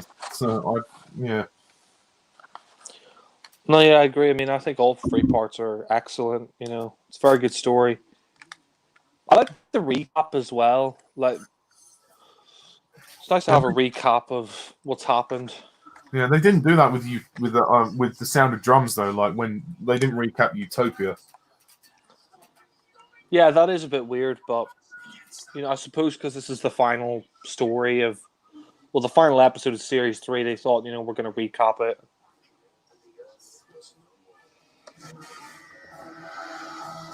Dun, dun, dun, dun, dun, dun, dun. It's gone really quickly. Yeah, it has. We've still got basically just under 50 minutes, I think, to watch. John Barrowman. John Barrowman. Doctor! I didn't know he had tits now. God. Yeah. I don't think Captain Jack would fancy the Doctor anymore. Yeah, saying that, he has met Jodie Whittaker, I think. Yeah. It's actually weird how they open this one. This one, there's been time that's passed. Like, a whole year has passed since the end of Sound of Drums, which is unusual. But, it makes you think, shit, Michael the Master has reigned for a whole year. That's terrible. And the Doctor's been trapped for a whole year. And Martha's had to travel across the world to help save it. Could you imagine if he reigned for 10 years, 100 years? Oh, God. But this is really the end of Martha's story arc. I know she's comes back in series 4, but she just comes back as a guest, really. This is her character sort of really fully done. She proves that she was important and the Doctor did neglect her. And, she saved the world on her own. And I think it's good that they made the Doctor slightly powerless in this story and gave Martha sort of more of a chance to kind of show herself properly. And she did show herself in Human Nature and Family Blood as well.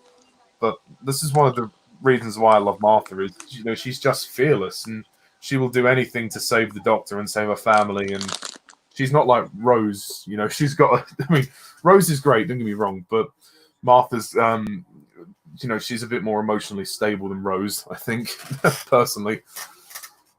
Yeah, she's not going to be crying on a beach, saying, I love you! Chips! She's not a bitch on the beach like Rose, but... Yeah. Well, that's a bit harsh. But I think also that she's not Rose 2.0. She is Martha, and she may realise, okay, the Doctor didn't feel the same way about me, so I'll go while I've still got dignity. Yeah, and I think she realised. I like that speech at the end where she says, it was this girl that fancied this guy, and he liked her, but he didn't. So. I can't decide whether you should live or die. Oh, this is great. This is so funny. You can tell she doesn't. You can tell she doesn't care for him anymore. Like that look in her face, when she turns away from him. It's just so nuts, but it works. Yeah. The song as well they've chosen that I can't decide. The lyrics really work for the Master as a character because it's about a song about murder. Yeah. It decide. You should live or die. It's funny they did get up and start dancing to the Scissor Sisters. Yeah. They did miss a trick there. They should have had on his Bulldog tour, but yes. Yeah. There have been people that made jokes about that, and the people have uploaded this clip to YouTube, and in the comments, someone made a joke about that. But yeah, and that was funny seeing him do that. It's unusual for the Master to do that, but it works for John Sim, I think. Yeah, no, it's a great scene.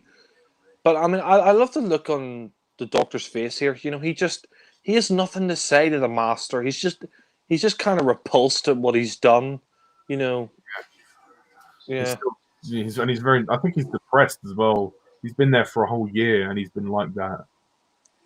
And I think he's angry at the Master as well. He just he hates the fact that the Master is just abused his power and just made everybody's lives a misery. Mm. And the doctor's just fed up in this.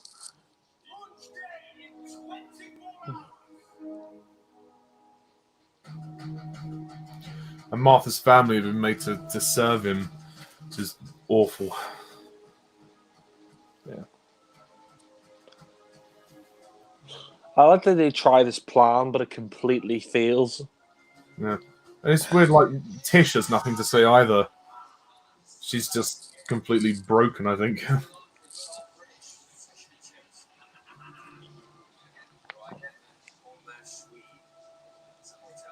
And Jack looks quite rough, actually. Yeah. He's seen better days. Yeah. Only there's a statue of him as well. Yeah. I mean, he's got such a huge ego that he needs a statue dedicated to him. Yeah. And every time someone walks past it, they'll just play, I can't decide whether you should live or die. Yeah.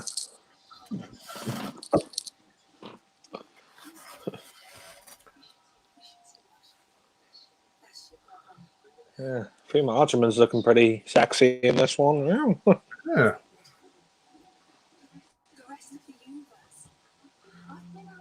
I guess also Martha has a wake-up call in a way, like, you know, in regards to the Doctor, like, realizes, well, she loves the Doctor, and then, you know, she'll always appreciate the time she had in the TARDIS.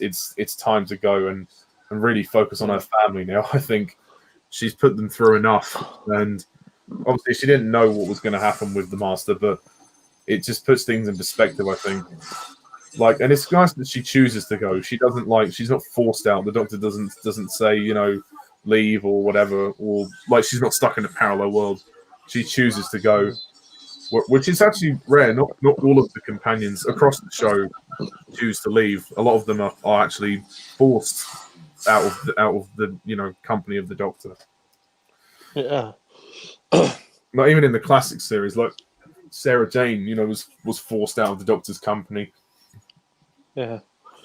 I mean, well, a few of them decide to leave on their own accord, like I guess Stephen. Ben and Polly. Yeah, Stephen and Ben and Polly decide to leave, and Ian and Barbara and Susan. Yeah. And then later on, some of the companions of the Fourth Doctor decide to leave, but I mean, I think the reason why she decides to leave as well is because she's been, I think this whole year that she's been on her own, I think she sort of toughened up as a character, and she sort of realized she doesn't really need the Doctor anymore, you know. Yeah. Like she said, they used to be someone that I loved, but you know, yeah. I mean, she doesn't. I don't think she feels romantically for the Doctor anymore. She's gotten over that. I think she just wants her family back. She just wants life to go back to normal now. I guess she's enough. I mean, if Martha loved me, I wouldn't turn her down. Yeah. This is a great scene when Jack tries to break out of the chains, and then they throw the screwdriver to the Doctor. Yeah, but I like the fact. Oh, yeah, God! Look at her face, her eye. There's like a mark on her eye. Like the Master, he must have like punched her or something like that. You know, hit her or something. You know, he physically abused her. Yeah, I mean, she kind of just looks very blankly in this episode. She looks just so in shock most of the time. Yeah, although saying that, she looks really sexy in the red outfit. Well, they do say red is very alluring.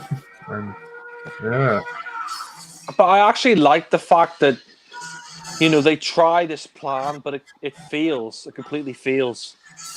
Yeah, and the Master's always, again, like you say, one step ahead of them. Like, and you know, the Doctor is unaware that the screwdriver is isomorphic. Isomorphic controls. That means they don't work for you. Well, he just laughs at him, like, you know, that laugh. like you old. Yeah, he just laughs at him like, "Oh, you fool! You know, do you think I'm dumb? You know." Here we go again. Jack can't stop dying in this story. Yeah. Oh shit! Wow. Oh. I felt that.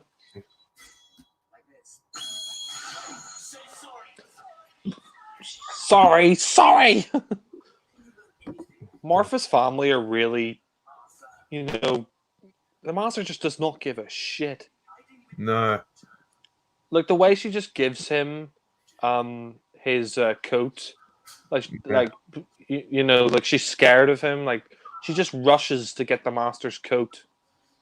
She's really sort of trapped in a situation.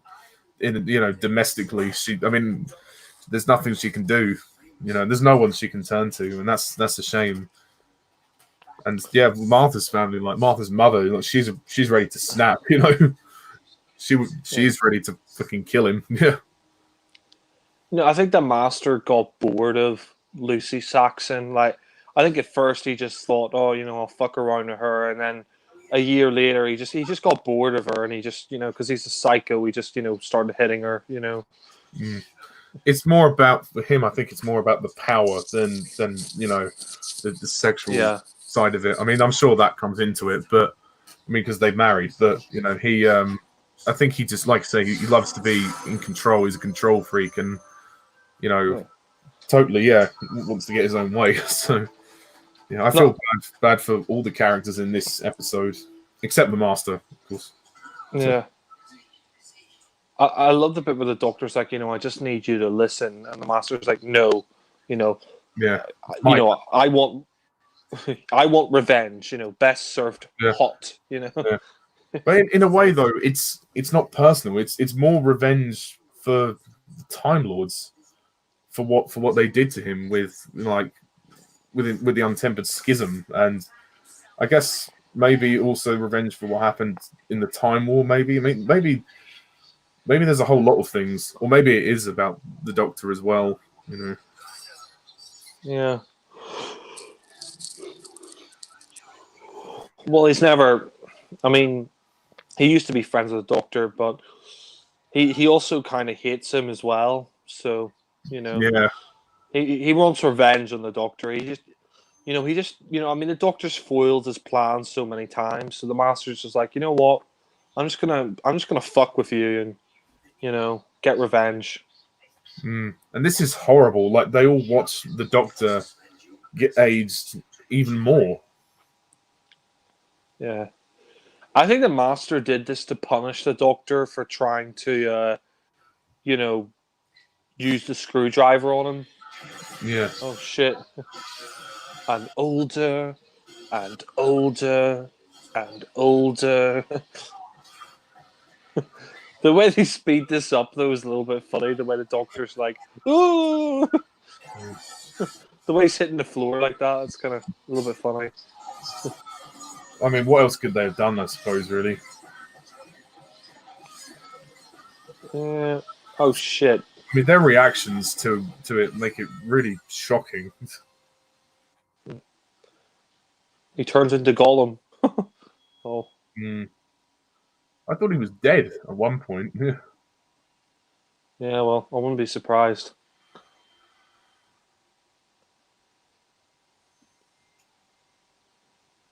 This is kind of shocking. He turns into this like little creature. Yeah. He can't physically look any older. Yeah. All 900 years. They've caught up with him.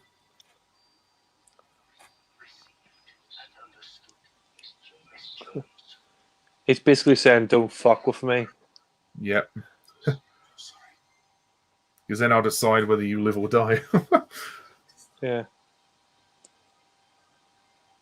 Of course, he's still alive. I like this character as well, Professor Doherty. She's a nice lady, and we actually think she's going to betray Martha, but actually she knew Martha wanted to get to the Master, so I mean the audience thinks she's turning her in, but actually she's not, and she's lost people as well. And it's like the whole world has become post-apocalyptic, and this is like the worst it's ever been, really. Yeah, well, the Master, he just, he took control and, he decided, I'm going to fuck with the whole planet. I think that's the thing. The Master doesn't care about the ordinary person on the street. All he cares about is himself. Yeah. Excuse me. Oh, that's all right. I mean, it's late anyway, so. Yeah, I mean, it's almost over. It's not too much longer. 35 minutes.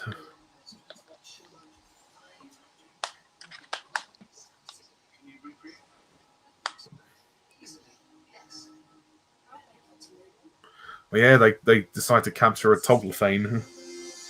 Mm. Oh, he's got his gun out. I remember there was a show called Totally Doctor Who that was on Saturday mornings, and the morning that this episode aired, I watched it, and they showed this clip from the episode. It got me really hyped. Yeah. But they cut just before they revealed the face of the Toglafane. I used to watch Totally Doctor Who as well. I think they showed the Infinite Quest on that show, the animated thing with Tennant. That was a good show. I think. Sorry, go ahead. It was a good show. I don't know why they cancelled it. Or maybe it wasn't pulling in the ratings. Much better than Doctor Who, the fan show with Crystal D. Oh, yeah. I mean, I always also liked Doctor Who Confidential as well. They were good. Yeah. I think they cancelled that during the Matt Smith era, which is kind of a shame. No, I think it ran for the Matt. Oh yeah, no, yeah. It ran for Series 5, but I think Series 6 was the last time they did it. Yeah, and then they cancelled it, sadly. I mean, I always like Confidential because it showed you how they made the episodes and how they did the special effects and things. So much passion that went into the Russell T Davies era, and like the lengths that they went to make these were just brilliant. And I mean, this scene is very emotional when they say, "Oh, we all want to kill the Master for what he's done." And she still loves her husband, like. Yeah. Yeah. Oh, Lucy Saxon, sexy bitch. I like to take her out of her dress. Oh God, yeah. I mean, the CGI for the little doctor, it still holds up for the most part. Yeah, it does actually. It's still freaky to look at it though. To think that that's David Tennant. Oh God, that's weird. Yeah. I remember watching The Confidential for that, and they had all these dots on Tennant's face to do that scene. That's weird.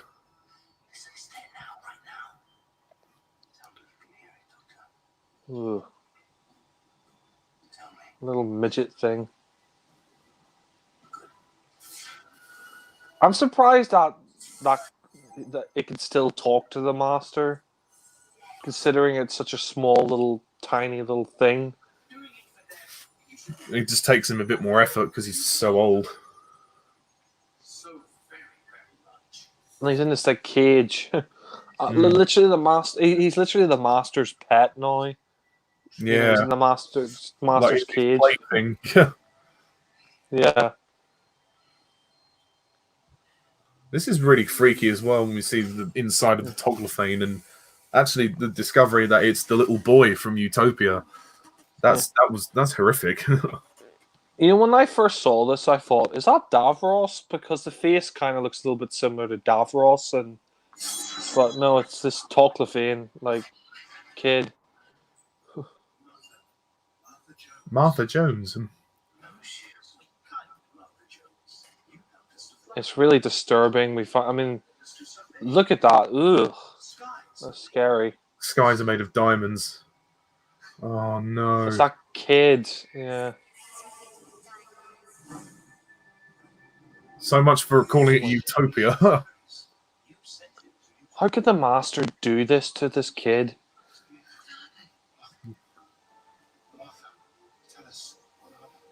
They're us.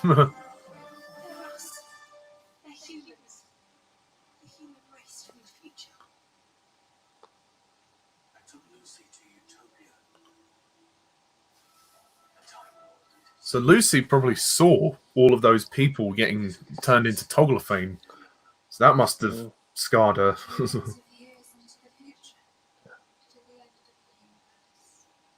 The Master, I mean, he just has to fuck with everything, doesn't he? Yeah, the way she talks, that's not normal. She's damaged, seriously damaged. She's just damaged goods. Damaged goods. Oh god. Yeah. Well, I think the Master's physically abused her, and probably mentally abused her as well. Yeah.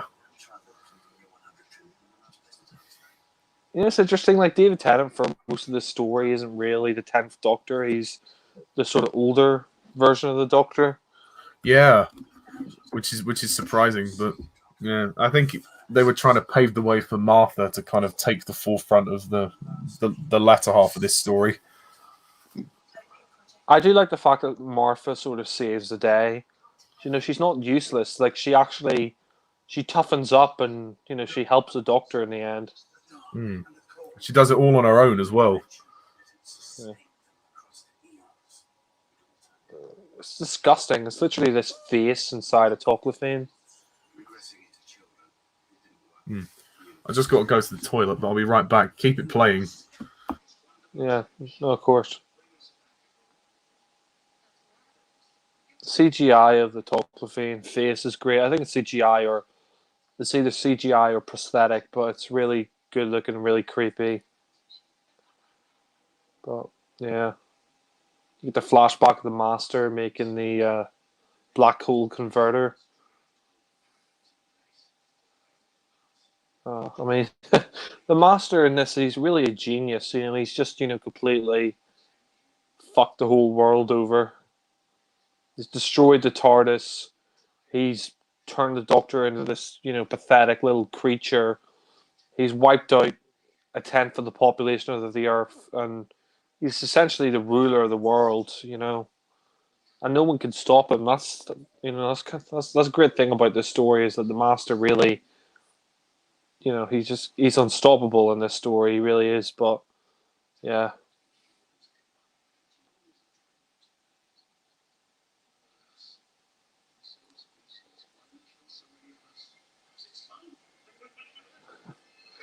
Because it's fun. Ugh. God. That's disturbing. Why'd you kill so many of us? Because it's fun.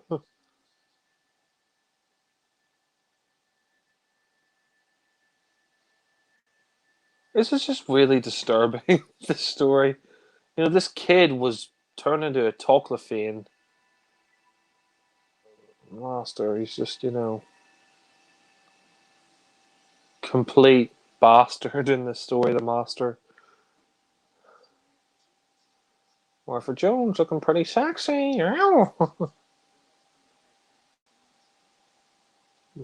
like that shirt that Freema Agyeman is wearing.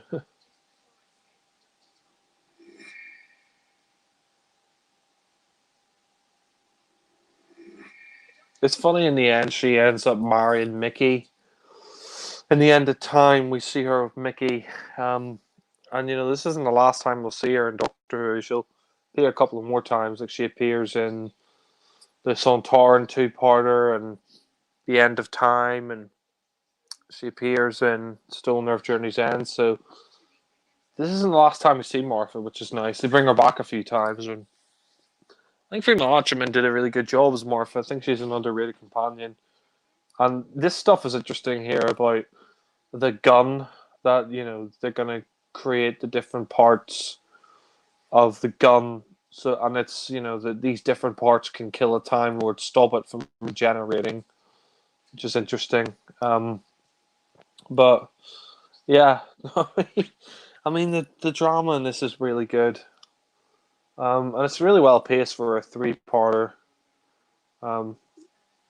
Yeah, and I remember watching this back in 2007, and this was just this is great. This is what Doctor Who should be. You want tension in the show, you want drama, you want good villains, good story. And this was a great finale. I mean, I think this is one of my favorite series finales, along with the series 4 finale and the series 1 finale. And yeah, series 3 overall, I think was a great series. And I think a step up after series 2, which series 2 was good, but it had a few disappointments. Series 3, there wasn't really a bad story in there. I think all the stories are pretty good, range from good to excellent. And this is probably, I think this story and the Human Nature Family Blood are the best stories of this series. But yeah, this stuff is kind of depressing here. Like, Martha finds this house full of homeless people, all living in hope that, someone will save them. But yeah, yeah, I mean, it's hard to think this is 13 years ago. I mean, bloody hell, 13 years ago. Oh, he's back. Hey, Jack. Sorry about that. Huh. I had an appointment with the lavatory. How is Mr. Lavatory? Yeah, good. Just watered his peace lily. Yeah. Every time you go to the loo, you should just say, I'm taking a How to Train Your Dragon. Yeah.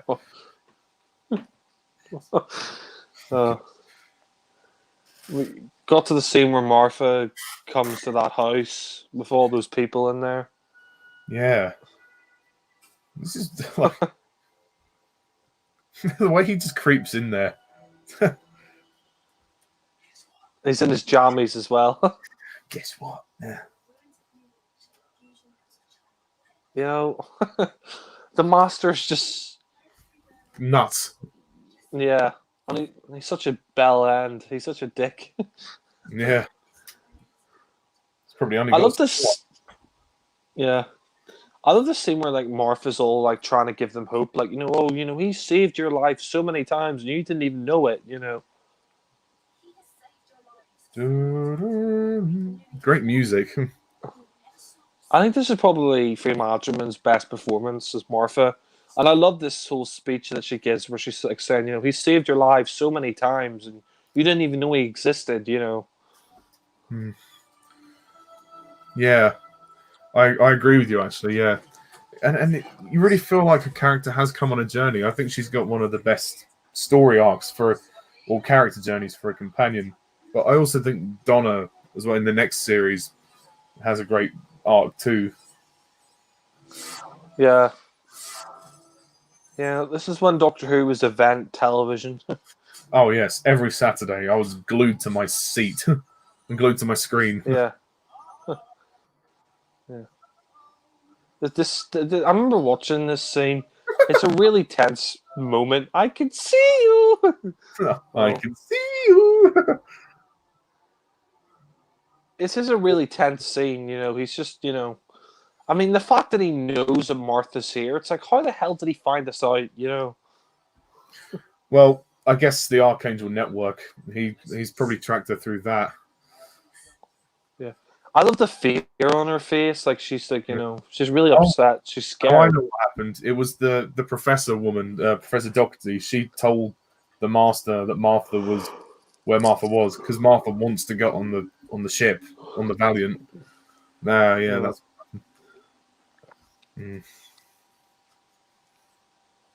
Yeah. But she outsmarts him, and that's brilliant to Martha. She's always kind of underestimated herself, I think, Martha, Yeah. Oh, very well done. He trained you well. But did he, though? Did the Doctor train Martha? I think a lot of this was self-discovery. Kind of reminds me of Star Wars when, Vader says, Obi-Wan trained you well. Yeah. Martha, I am your master. Da, da, da, da, da. Oh, shit. Yeah. He just laughs. I love the look on her face. She's, she just doesn't. She's just pissed with the master. You killed him. Why? What was the point in doing that? You didn't need to do that. That's the thing. That Master didn't need to kill him, but he just he's like, fuck it, I'll just kill him anyway. Yeah, he's such an arsehole. And here we are, we're at the end now.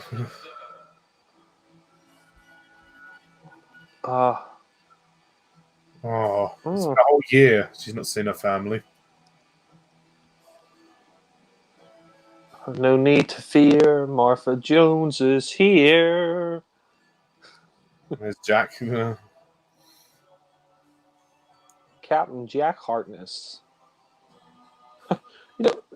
I love the Master's giving him this little like pinstripe suit. Yeah.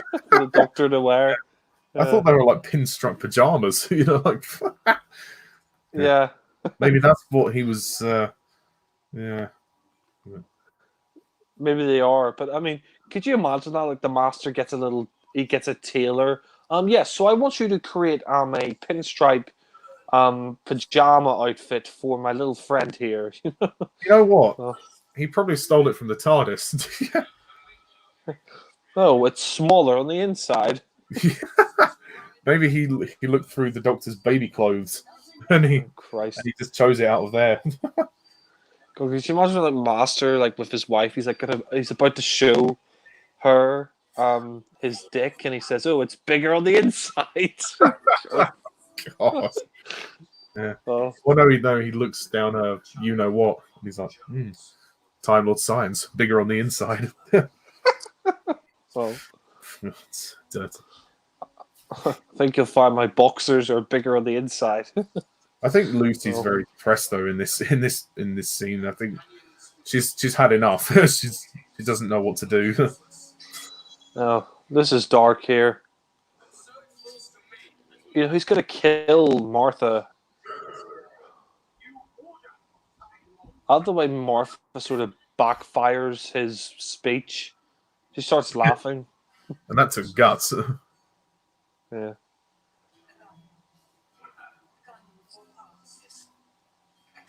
And I destroyed it.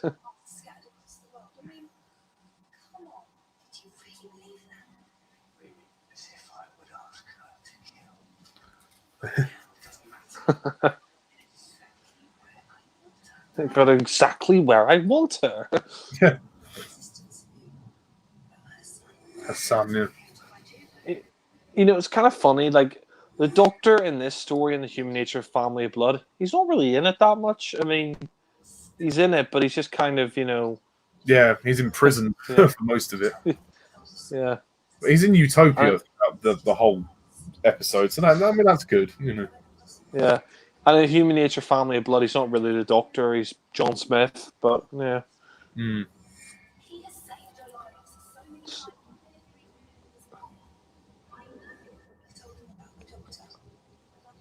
Yeah. One thing I don't understand, and it's not a big flaw that I have of the story, but I don't know how the hell saying his name sort of, I don't know, turns him back to normal. I don't get that. I agree. It's just a bit strange. Like, fair enough, they remember the Doctor, and that's fine, and then they stop the Master. But yeah, he just kind of changes back randomly. Yeah.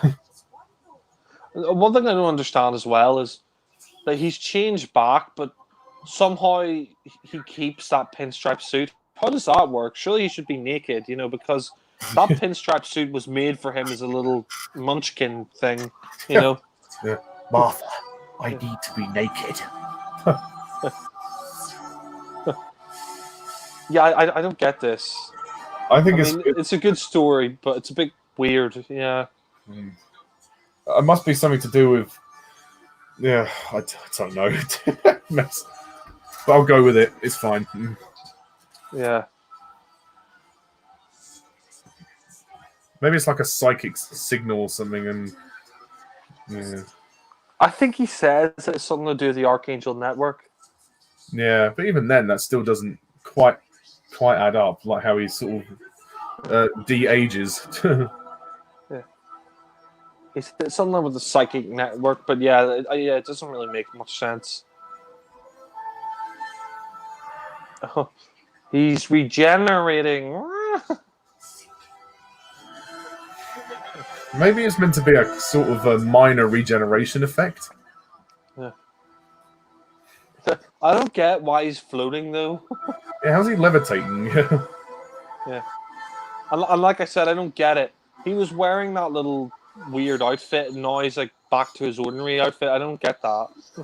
Yeah, I'm so sorry. Oh shit! Whoa. Oh dear, it's over. No, don't eat me, no. It's not fair. Ah! No.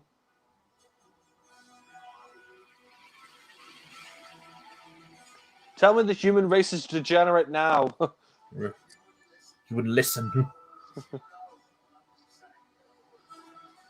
He's like cowering away in the corner. It's good acting by John Sim. I forgive you. I mean, I never I don't know expected. how he can. Sorry, go ahead. No, that was the last thing I expected when I watched this story the first time. Like, he forgives him like that. Wow. Yeah, I mean, that's one thing I will say. This kind of contradicts the Christmas Invasion because in that he says, no second chances. I'm that kind of man. And then in this, he's just like, I forgive you. It's like, well, after him slaughtering 66 million people. Yeah, I think that's the thing. He has more compassion for the master than he has alluded to. I think because they were lifelong friends. I think he's biased. I think it's also to do with the fact that he's the only other Time Lord in existence. So yeah, he doesn't want to. That's why he forgives him. Yeah. And neither can you. Yeah, but the Doctor doesn't want to take over the world. He just wants to see it. No. Take over this world. We will stand this earth together as it burns. Oh, this is awesome. Apparently that. Yeah, sorry to interrupt. Yeah. No, it's fine. It's my fault. Sorry. No, I was going to say, it happens to me a lot. No, apparently that scene where John Sim and the Master are talking to each other, apparently that was added in because, Dave Tennant and John Sim complained they didn't have too many scenes together, so Russell T Davies wrote that sort of the last minute, but it's a great scene. That is a good scene. All you do is talk and talk and talk, but for all the disasters, I know you, Yeah. He says, right. The Master could never kill himself. Yeah. Even when he gets killed at the end of this, that ring that the woman picks up, of course he would never let himself die forever, He's the Master, he can't, He's the Master, he would never let himself be gone forever, Yeah, there's always a way for him to come back, and he's made that clear. So that means the Master's kind of died twice and been resurrected twice. Is he like Jesus? Yeah. So like you were saying, like the Master, the Doctor just wants to see the universe. I mean, you're right. I mean, there is that. I mean, even though it's not a great story, there is that one good scene with the Master in Colony in Space. He offers the Doctor to rule the universe with him, and the Doctor just says, I want to see the universe. I don't want to rule it. Yeah. And that's good. That shot with the gun where Francine, Martha's mum, sees it on the floor. Yeah, and it's interesting how the Doctor manages to turn back time. He manages to stop all this disaster from happening. The Master's terrible worlds. I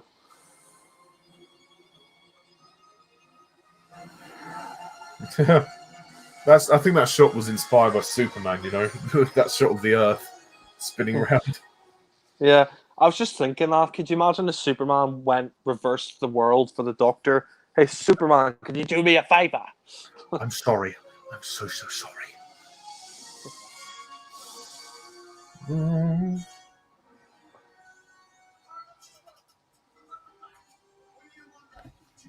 year and 1 day.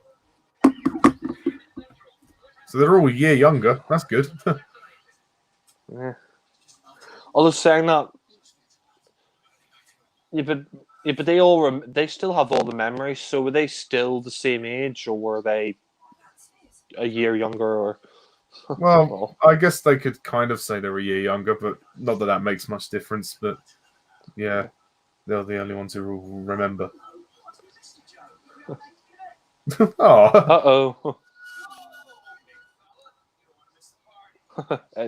Anyone want to miss the party? That's the thing, like, in the classic series, like, Delgado's master, he always managed to slip away at the last minute, like, escape, you know? this is shocking. Like, I was like, shit, she has a gun. Like, she would kill the master for everything. Yeah. The actress who plays Martha's mother, she gives a really great performance here. She's like, all these things, they still happen. I saw them. Do it. And the doctor's like, you're better than him. You don't need to do this. Yeah. I think that's when she starts to trust the doctor. Yeah. She knows he's a good man. Yeah. The acting here is really good.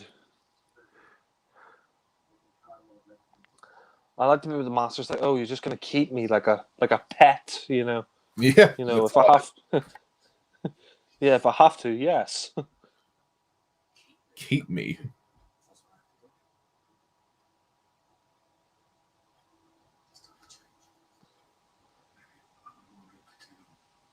No, someone to care for. Oh shit. Good on you, I remember Lucy. seeing this and I was shocked at the time when I saw that, when she shoots the master. Yeah, I suppose kind of poetic that they made Lucy kill her own husband.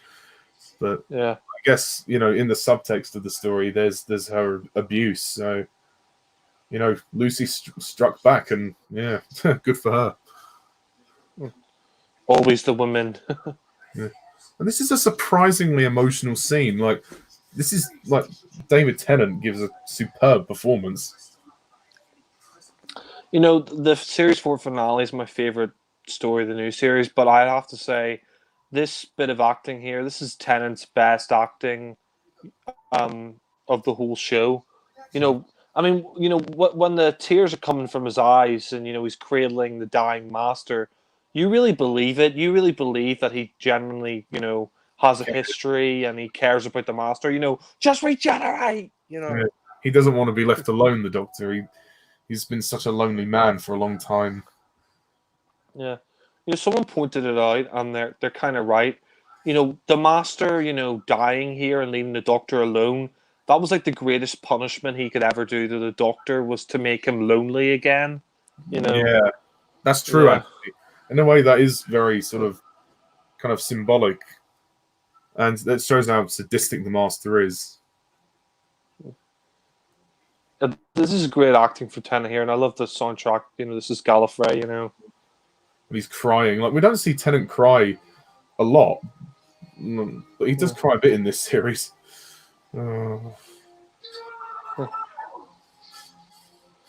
That's a great bit of acting there, and I think the only other time we've seen the Doctor cry in the Tennant era was, I think, the end of Doomsday, when he's saying Rose Tyler, and then you see the tears come from his eye. But actually, he cried in the Family of Blood when he was John Smith.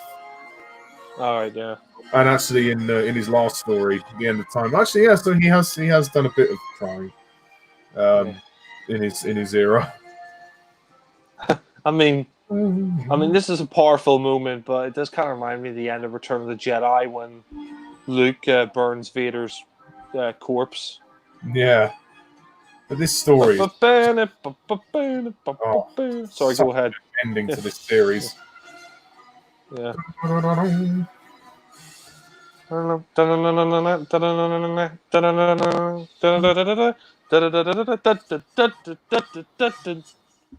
Murray, you're a genius. Officially. Yeah. Yeah. Dudley Simpson and Maury Gold, the two best Doctor Who composers.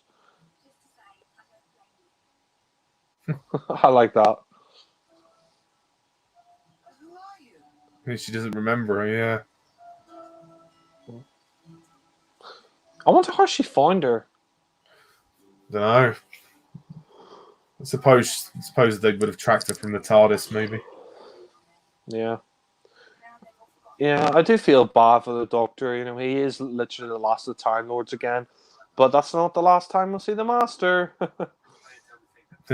And Jack decides to go back to his team and not to travel with the Doctor anymore. Well, I think he realizes the Doctor doesn't really need him anymore. Yeah. And the Doctor didn't really abandon him on purpose. Yeah.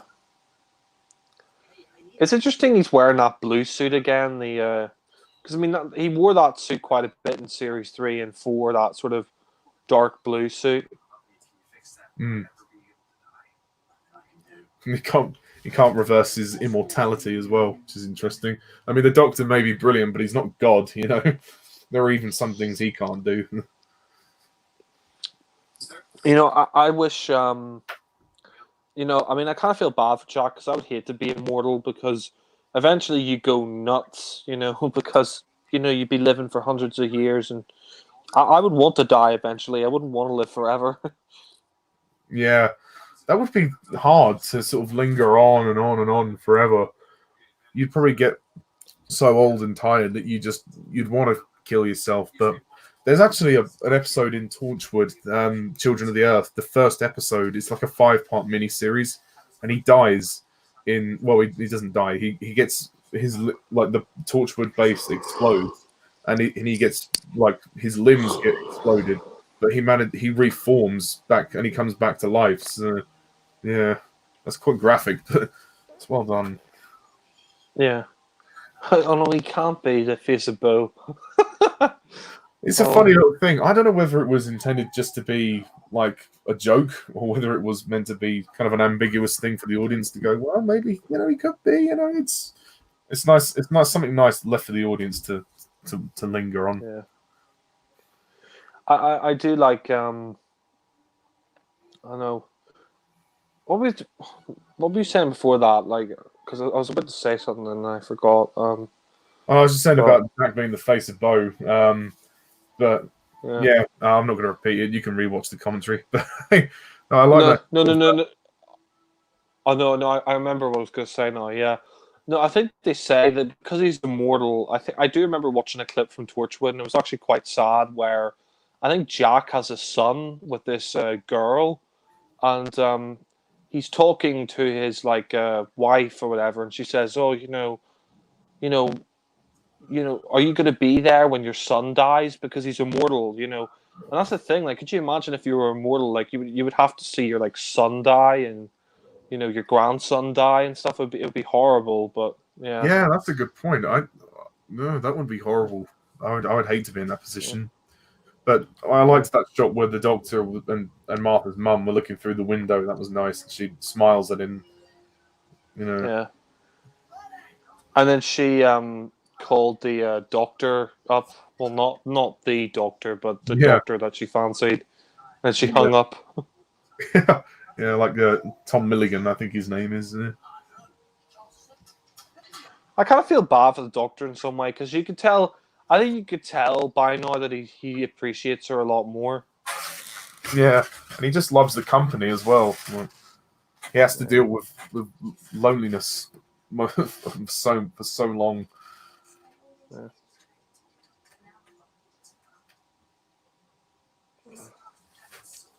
I like the Martha. The Doctor doesn't leave her; she decides to leave the Doctor. She just says to him, "Look, we've had some fun times, but you were never really that into me. Yeah.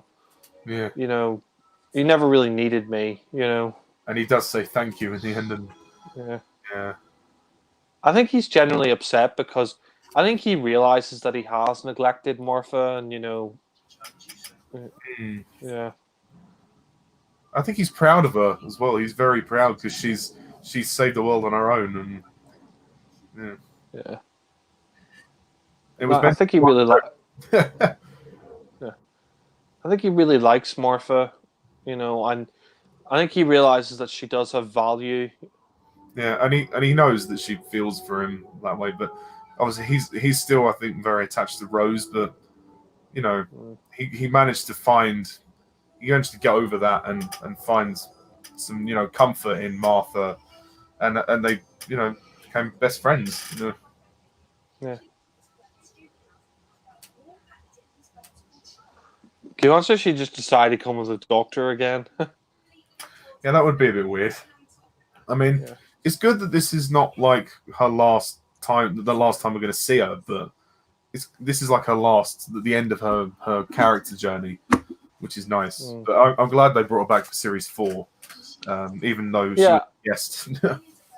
I actually like the fact she returned a few times. She returned in the Sontaran 2-parter, and then the series 4 finale, and then she returned one last time in a brief cameo in the end of time where she's married to Mickey, which is quite funny. She's married to the Tid Dog. Yeah. Yeah. No. I like the music here, Martha's theme as well. It's nice. It's not a sad exit. It's like triumphant. She leaves with dignity. Yeah. I like that they picked this up in series 4. Yeah. Hmm. Oh, that's good. Yeah.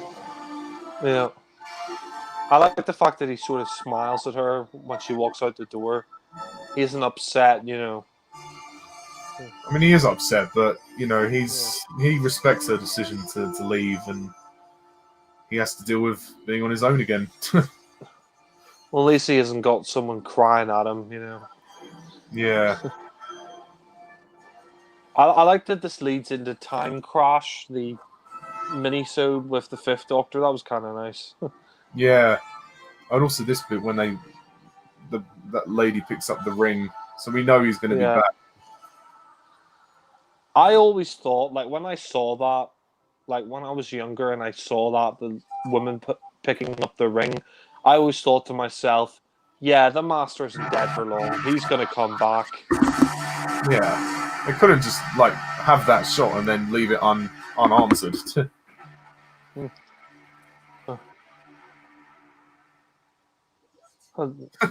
The voice... he always says that, doesn't he? What? What?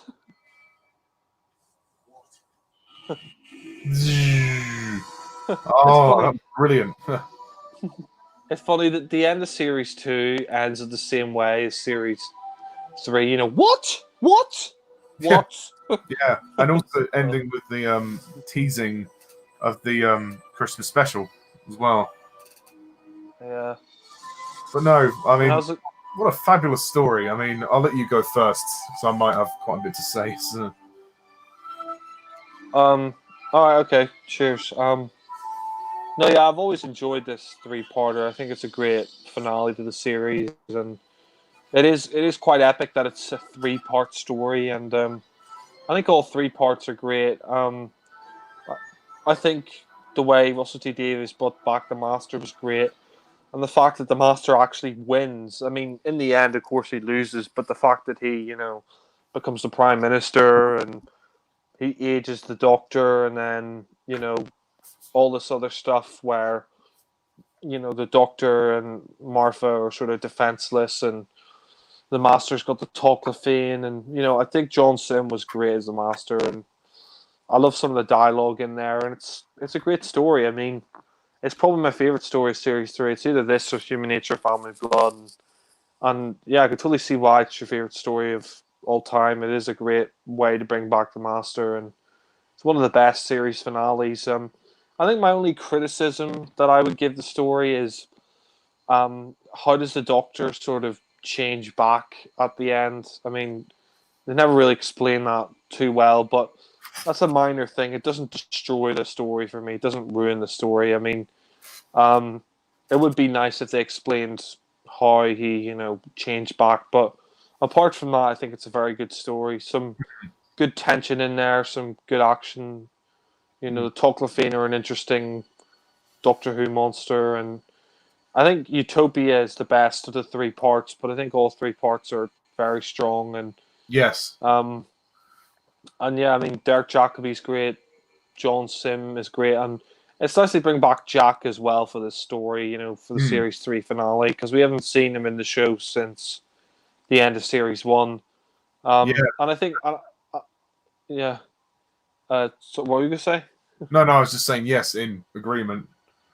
Yeah, and I like the fact that Martha is, her character gets developed as well. That her story sort of comes full circle, and she really grows as a character. And she just says goodbye to the Doctor at the end. She realizes that you know she doesn't really need him, and that and she sort of changed as well. So I mean, yeah, I think it's a great story. And sorry, excuse Oh me. yeah, Derek Jacobi as well as the Master. Yeah, I mentioned him. He's great as the Master, and it's a great story. And yeah, I'll probably give it a 10. But yeah, Nice. that's all I have to say. Well, oh yeah, and also Murray Gold's music. That's another thing you might want to mention. Oh yeah, of course. Yeah, I think it's probably. I actually might be my favorite soundtrack that he's done. The soundtrack, the track "This Is Gallifrey" is great, and some emotional moments in there. Like I like the ending where the Doctor is cradling the Master as he's dying. That's really good. And then actually yes, Gallifrey as well. Sorry to interrupt. When you see the images of Gallifrey, that's good. yeah, that's a nice way to sort of wrap up the Gallifrey story. With those flashbacks to Gallifrey, that was nice. I mean, yeah, no, it's a great story, and definitely one of the best stories, if not the best story of Series 3. And you'll definitely see what's your favorite story of the whole show. And I've always enjoyed it. So yeah, I mean, like I said, probably close off by giving it a 10. And the Murray Gold soundtrack, This Is Gallifrey, that's great. So yes. Oh, thank you very much, Jack. Yeah. Well, you said it. This is my favorite story of the whole show. And as you know, David Tennant is my favorite Doctor, and Series 3 is my favorite series of the whole show. Would you rank this story in as one of your favorite Tennant stories? Oh yeah, definitely. Yeah, it's definitely one of his best. I mean, my favorite's still the Series 4 finale, but this is probably in my top 10 or top 5 David Tennant stories. That's a really great one. Yeah. Yeah. As for me, well, I can't really praise this story enough. It's a fantastic story. I've loved it from day one, ever since it aired. I mean, the fact that it's 3 parts as well is nice, and it actually adds a bit more stakes to the story. It's very epic, and is a great reintroduction of the character of the Master, played by both the actors. Even though Derek Jacobi's screen time is limited, but he still does a great job at playing Professor Yana and the Master. And I do agree that Utopia is the best of the 3 episodes, but the other 2 are still great too. John Sim kills it as the Master, and he just really goes for the more insane character, and we really see him just unravel. And it is quite funny when he starts dancing to "I Can't Decide," just funny. I think the cast are great. I mean, David Tennant is great as the Doctor, even though you could be argued that maybe he is sidelined, but I think it's sidelined in a good way. It's to make room for Martha's character arc to resolve, and I think that was the point. So I'm not gonna complain that he actually doesn't do as much in the next 2 in parts 2 and 3, but he's still very much a part of the story. So it's not like Love and Monsters or Blink, or he's barely in it. He does have a good role here. Well, let's just erase Love and Monsters from our memory. Yeah. It's nice also to see Captain Jack come back. I liked Captain Jack Harkness in Series 1, so it's good to see him come back for these 3 episodes. And I know he will be back for Series 4 as well. It's not, and the whole thing with him being the face of Bo, well, you never know. I mean, maybe not. I think it's left up to the audience to to decide. But I think Freema Agyeman deserves a big shout out. Sorry? Sorry, when you say it's up to the audience to decide, well, is it whether they should live or die? But yeah, but no, I think Freema Agyeman deserves a big shout out and a big load of praise for this one. Martha is a brilliant companion. She's so underrated. She's one of my favorite companions. She goes on such a character arc. She proves to the Doctor that she was not useless, and she's not a Rose copy. You know, she's her own person, and you know the Doctor needs. You know, the Doctor needed to get over Rose, and he did. And Martha really, you know, saved the world on her own. You know, on her own without any help, and that's something that Rose never did. So I think the Doctor, you know, did grow to appreciate Martha, even though he would never feel romantically for her. But she left when she had dignity, and her exit is nice. It's not at all. I mean, it's sentimental, but it's not at all, you know, depressing or sad like Rose's exit. It's, you know, Martha leaves on a good note. She just wants to, you know, be with her family. She's been through a traumatic experience with seeing them being imprisoned and tortured, and I like the ending, and it suits her character well. Obviously, she'll be back for series 4, but it's nice to see her get some resolution. And yeah, the Doctor's on his own again. That's just the sad thing in the matter. But I think all 3 parts work really well together. Murray Gold's soundtrack is just fantastic. I also like the character of Lucy Saxon as well, and it's horrible to see the abuse that she's going through. Well, we don't exactly see it, but to kind of in the subtext of the story to sort of see her injuries and see how she is kind of manipulated by the Master, and then she kills him. So yeah, there's a lot of dramatic and emotional moments in this story. I love seeing Gallifrey as well. We get to see a bit of the Citadel of the Time Lords. We get to know a bit about the Master's backstory and where the Doctor grew up. And you know, for people who, like you said, Jack, for people who were fans of the new series and hadn't seen the classics, this would be a sort of bit of an eye opener for them. So yeah, the writing was just excellent from Russell T Davies. It really was excellent. I do agree. The one criticism I'd have is the end of the story. How does the Doctor change back? It's not really very clear. Something to do with the Archangel Network, but you know, I don't really get it. Is it something to do with his like regeneration powers? Like, it really doesn't make a lot of sense. But I'll go with it because it's still a great moment, and Martha deserves that moment. So I won't question it too much. But yeah, there's just so many great scenes as well. Like, I love the scene at the end of The Sound of Drums. They kill the president and the Master takes over, and then he plays "Here Come the Drums," which is good. And then when they age the Doctor as well, the prosthetics on Tennant are really good. And also when he gets turned into the even older body, when that CGI for when then the Doctor decreases size as well, that's all really good. The sets are great. I like the sets in Utopia particularly. I like Chantho as a character. She's really good. There's just so much to talk about with this story. I could go on forever, but I won't go on too much longer. The idea that the humans from Utopia were turned into the Toglophane was quite horrific. There's a lot of horrific elements to this story. The Toglophane are cool. I mean, they're quite decent aliens. You know, I quite like them. The scene when Martha's family get arrested is quite dramatic, I think, as well as the phone call scene with the Doctor and the Master. Overall, for me, this is like near enough a perfect story, apart from my one criticism. So yeah, I would definitely give this a 10 out of 10 easily. My favorite story of all time. It's, you know, it's probably not one that everyone would choose, but I choose it with good reason. I've always loved this story, and I kind of wish we could have seen more of John Sim as the Master, but you know, for what it's worth, this was superb. And I know that John Sim will return in the End of Time and obviously in the Capaldi era as well. So, you know, it's a time travel show. Even if they die, they can come back whenever they want. So, yeah, that's my initial thoughts on the story. And I've enjoyed the commentary. So thank you very much, Jack. It's been fun. And thank you to our viewers. Thank you to Sam and Harry for commenting in the live chat. So, yeah, 10 out of 10 from me.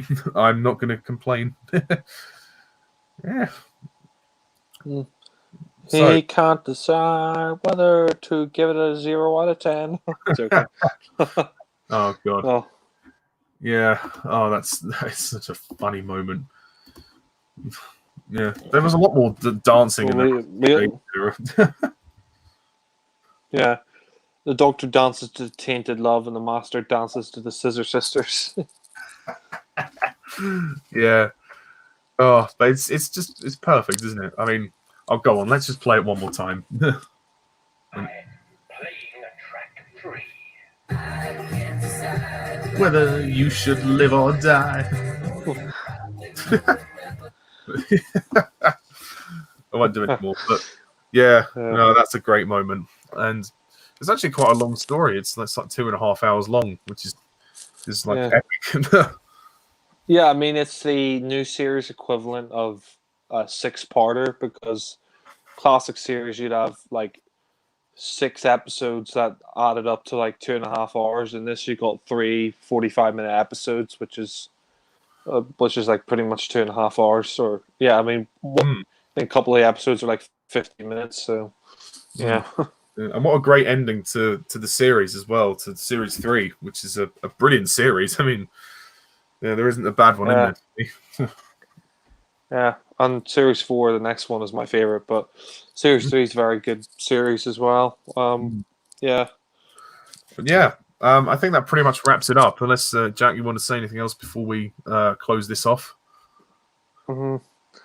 Yes. Would you like a jelly baby? Well, yes. Oh yeah, that reference to the Jelly Babies. I think Tom Baker would be very happy with that. yes, he would. Would you like a jelly baby? Yes. I think that pretty much is it, folks. So thank you all for watching and listening, and stay tuned for more commentaries in the future. And thanks to Jack for joining me, and thanks to Sam and Harry for commenting in the live chat. And that's all, folks. until next time, allons-y.